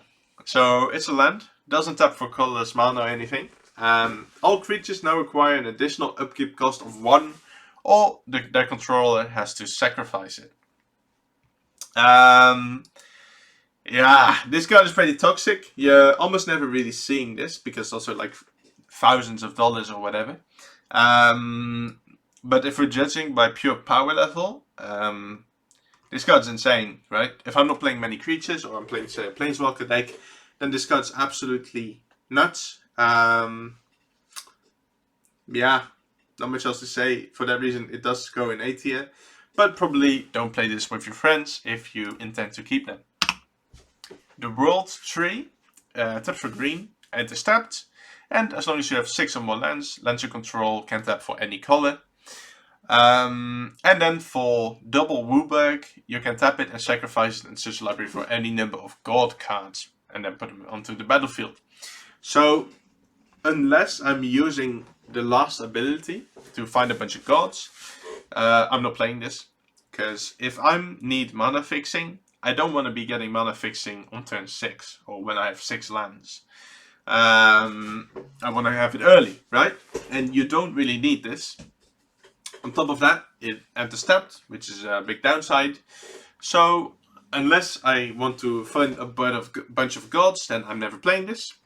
That being said, if you are finding a bunch of gods, say playing Gold Tribal or Changeling Tribal, or you just happen to have a bunch of them, this card's obviously insane. It can just be a win con. Oh, I have 11 lands, I win the game. For that reason, I'm going to put it right in the middle in B tier as an average card. Friend Portal, and this tapped unless you control 2 or fewer lands. As it enters, you choose a basic land type. It's the basic land type, so it taps for that color, and its mana abilities cost an additional 1 life to activate. On top of that, it's a gate, so it does have some use, I suppose. If it wasn't a gate, I would put it in F tier, but since it is, I'll put it in D tier. It's basically just a worse fast land. The Free Tree City. As it enters, you choose a creature type. It taps for colors, or for 2 mana and tap it, you choose a color and add an amount of mana of that color equal to the number of creatures you control of the chosen type. So this can be nuts in tribal decks, as long as you're not running too many colors. Yeah, and something like Krenko, this is probably nuts. For that reason, I'll put it in A tier, because this probably does have a bunch of decks where it's absolutely nuts in. Yeah. Throne of the High City is a colorless land, and for 4 mana, tap and sack, you become the Monarch. It is a cute way to bring the Monarch into the game, but it's simply too inefficient, and you could also just be using different lands that draw you cards. If you really want to become the Monarch for some reason, or you have a commander that really enables you to stay it could be just okay. So for that reason, I'll put it in C tier. Tolaria West is a blue tap land that you can transmute for 3 mana. So you get to discard it and then search for a different card with mana value 0, which usually is going to be a different land. So if you're playing a deck that's built all around a certain land, then this can be nice. Say I'm playing a blue deck with Field of the Dead or maybe Cabal Coffers and Urborg, then this can be nice. However, usually you're not playing this, but it can be nice. It is basically a tutor for lands on a land, so it's pretty versatile in that sense. So I'll put it in B tier. Tomb Fortress is a black tap land that for 5 mana you can tap and exile it to mill 4 and then return a creature card from your graveyard to the battlefield. It is very... oh, and activate only as a sorcery. It is very inefficient, but it doesn't reanimate on a land. However, it is a tap land. I don't think you'll quickly be playing this, but it's not terrible even if you do. It's okay, but it's very inefficient. I'll put it in C tier. Tomb of the Spirit Dragon, tap for colorless, or for 2 mana, you can tap it to gain 1 life for each colorless creature you control. Yeah, there aren't really any colorless life gain decks. There's really no reason to play this. F tier. Tower of the Magistrate, taps for colorless, or for 1 mana and tap it. You can give a creature protection from artifacts until end of turn. So this can be a nice little way to snipe off equipment of opponent's creatures. Or let's say you're playing Igra. This can basically give you unblockable as well. It has a lot of different use cases like that, just little niche decks. But you probably shouldn't be playing this just anywhere. You really need to have synergy with it, and those decks are very rare. And for that reason, I can't really put it any higher than C tier. Tranquil Cove is a tap land that gains 1 life when it enters. Yeah, pretty awful.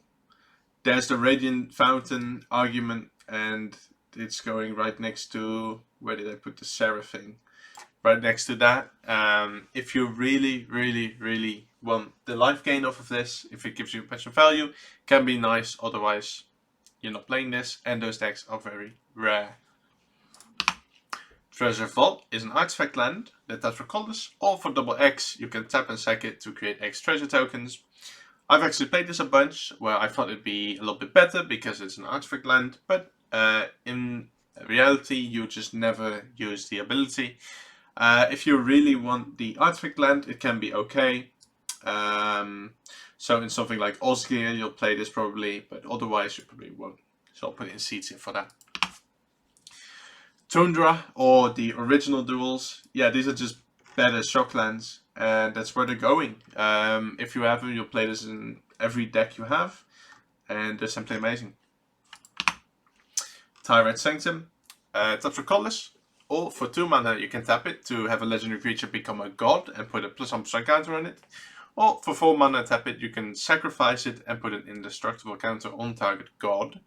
It is very slow. You can't really use it as a protection piece because it only works on gods in that way. So I think this is pretty awful.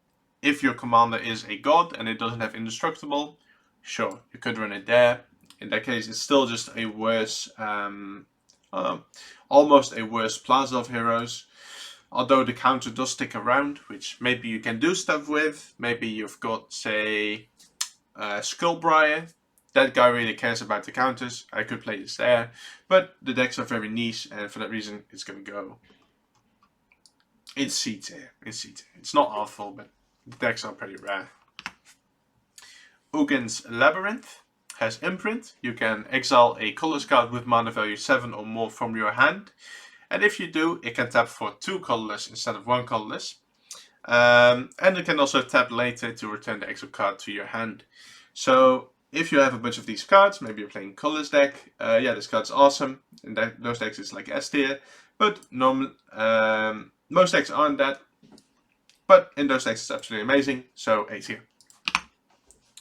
Underdark Rift is a colorless land. For 5 mana you can tap it and exile it to roll a d10, and then put target artifact, creature or planeswalker into its owner's library just beneath the top X cards of their library, where X is the result. And activate only as a sorcery. So this is very similar to the Doctor Who land we saw before, where you could activate it and basically get rid of a creature. Though this one's a little worse because it only works at sorcery speed, and you do have the chance of them just quickly being able to find it again. Yeah, I think this card's pretty terrible. Even if you really want this, it's just simply so inefficient. I can't really find a reason to ever be playing this, except if maybe you're playing a dice roll deck. So I guess I'll put it in D tier. Urza Saga is a saga. It taps for colorless as the first chapter. For the second one you get the ability to create constructs, and then for the third one you can search library for an artifact with mana cost 0 or 1, which is usually going to be Sol Ring. So this is almost like a delayed Sol Ring, and for that reason it's awesome. I'll play this in basically every deck. I think this card is S tier. However, the one thing knocking it down is very often I will try to play a second 0 or 1 card, 1 cost card alongside the Sol Ring, just so that it's not a dead card when I do draw it. But yeah, just getting Sol Ring after 2 turns is still really good. I think this card is awesome. Urza's Cave is a colorless land and is untapped. And then for 3 mana you can tap and sack it to search library for a land, put it onto the battlefield tapped, and then shuffle. So if you've got an important land, this can be really nice. It's similar to Tolaria West in that case, and it's going to go right alongside it. Urza's Factory, tap for colorless, or for 7 mana you can tap it to make a 2/2 artifact creature token. That's pretty inefficient. It's F tier. Why would you ever want this? I suppose you could play this if you care about the Urza's type, but even then it's not worth it, in my opinion. The only card in the game that really cares about that is this card here, Urza's Workshop, which is a colorless land, which has Metalcraft to tap for colorless for each Urza's land you control, and activate only if you control 3 or more artifacts. Yeah, this is pretty great if you're playing all of those, which is probably going to be a colorless deck. But even then, it's a bit slow, and it's going to take a while to really get going. For that reason, I can't put really any higher than B tier. Valakut, the Molten Pinnacle, at the stepped, and whenever a mountain enters the battlefield under your control, if you control at least 5 other mountains, you may have it deal 3 damage to any target. It also taps for red. It's okay. In your mono red decks, you can play it. Even then, it's just okay. For that reason, I'm just going in B tier. You do have entire decks that can be built around this kind of effect, which is nice. Like if you escape shift into this, you can suddenly deal a bunch of damage, which is cool. But even then, that doesn't elevate it any higher than a B tier. Vesuva, you may have it enter tapped as a copy of any land on the battlefield. This is basically for your land decks, so if you want to copy Vesuva or whatever, or Field of the Dead, then it's nice, and it's going to be B tier. Vivid Meadow, enter stepped, with 2 charge counters on it, and you can tap it either for white, or remove a charge counter from it, and then add 1 mana of any color. There's a whole cycle of these, and they're all pretty terrible. There's basically no reason to play these, even if you're proliferating, just play different lands that enter untapped. There's almost no reason to play these. There's literally no reason to play this. And for that reason, it's going to F tier. Voldaren Estate is a colorless land. There you can also tap it and pay 1 life to add 1 mana of any color, and then only use it to cast vampire spells. Or you can pay 5 and tap it to create a blood token, and the ability costs 1 less for each vampire you control. So if you've got a vampire deck where you're making a bunch of vampires, then this is pretty good. It taps for your vampires, and you can basically tap it to make a blood token then, which is pretty great. Yeah, in those decks it's really good, but in most decks, not so much. I can't put it any higher than B because not many people playing vampires, and even then it's not insane or anything. I'll put it in B tier. War Room is a colorless land that you can also pay 3 mana and tap it, and pay life equal to the number of colors in your commander's color identity to draw a card. So if I'm playing, say, a monocolor deck or a 2-color deck with not too much card draw, then I'll play this. Otherwise, probably not. But in those decks, it's really good. Yeah, A tier. I love this card. It's pretty good. West Vale Abbey is a colorless land that you can pay 5 mana and tap it, and pay a life to make a 1/1 white and black human cleric creature token. Or you can pay 5 mana and tap it and sacrifice 5 creatures to transform it, and it'll become a 9/7 flying, indestructible, lifelink, trample, something, haste, whatever. Who cares? It's not really happening generally. Even if it does, the 9/7 big guy isn't gonna win you the game or anything. Everything on this card is simply too inefficient. 5 creatures is a lot. It's also too much as like a sack outlet. If you really want a sack outlet, find something else. The card on the back is also black, so you can't really play it outside of black, in which case you'll have better sack outlets. And it's a terrible token producer. So I don't really think this has a home, but I'll put it in D tier because it is a pretty popular card. Well, not that the reason, but I'm sure there are probably decks where this card is fine in. Maybe. Windbrisk Heights is the white hideaway land. This one, you can play the exiled card without paying its mana cost if you attack with 3 or more creatures this turn. So if you can do that, it's pretty good. So there's a bunch of white token decks where this is a pretty good card in. I think this card is very nice. I'm debating whether to put it in B or A tier because being able to attack with 3 or more creatures is a pretty steep cost if we're being real nowadays. I'll put it in B tier. Winding Canyons is a colorless land, and for 2 mana you can tap it to give all your creatures this turn flash. Very similar to Alchemist's Refuge, it's going right next to it as well. This can be nice, especially since it's also can be used in any deck, which I like. But it's got all the same problems, all the same issues, and all the same upsides that the other one has. And this one only works for creatures. Wirewood Lodge is a colorless land that you can also pay a green and tap it to untap an elf. Amazing in your big elf tappers, and not much else, so it's going to be there. Although I guess it is good enough in those decks that I think an A tier is probably justified. Witch's Clinic is a colorless land for 2 mana, and you tap it. Target commander gains lifelink until end of turn. So if you've got a big commander, then this is nice. Otherwise, not so much. You probably also want to be doing something with the life, whether you're playing back and you're also using it to pay for a bunch of effects. You don't just want to be having a big guy and now you have just more life just because that's probably not going to matter too much if we're real. But it does have some homes and it's a pretty cool card. It's going in B tier.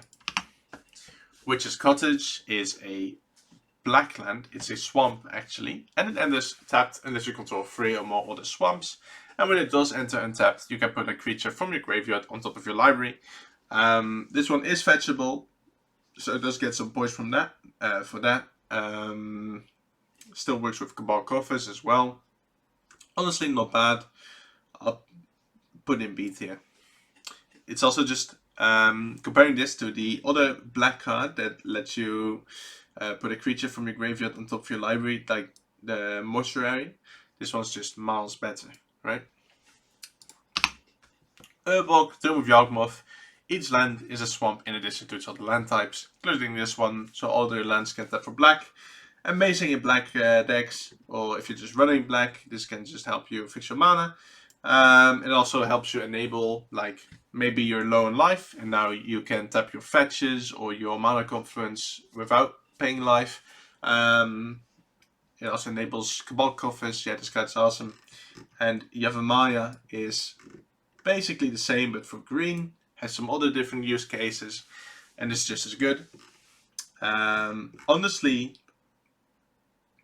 I will usually play these in almost every black and green deck, even in 5 color. These often make the cut, but not always, I suppose, so I'll keep them in A tier for now. Last but not least, we have Yavimaya Hollow. Taps for either a colorless or for green. You can tap it to regenerate the target creature. So if you've got an important commander or something, you can play this. It is an expensive card, so you usually don't see it too often, but honestly it's not bad. Regenerate is like one of the worst ways to protect your commander. It doesn't get around minus effects or exile or whatever, but destroy and damage is counted by this. So it's okay, but not much better than okay. I'll put in B tier. And with that, we are through. Holy smokes, that took a long time. I hope you enjoyed. If you disagree with any of these, please let me know. And yeah, maybe see you next time. Well.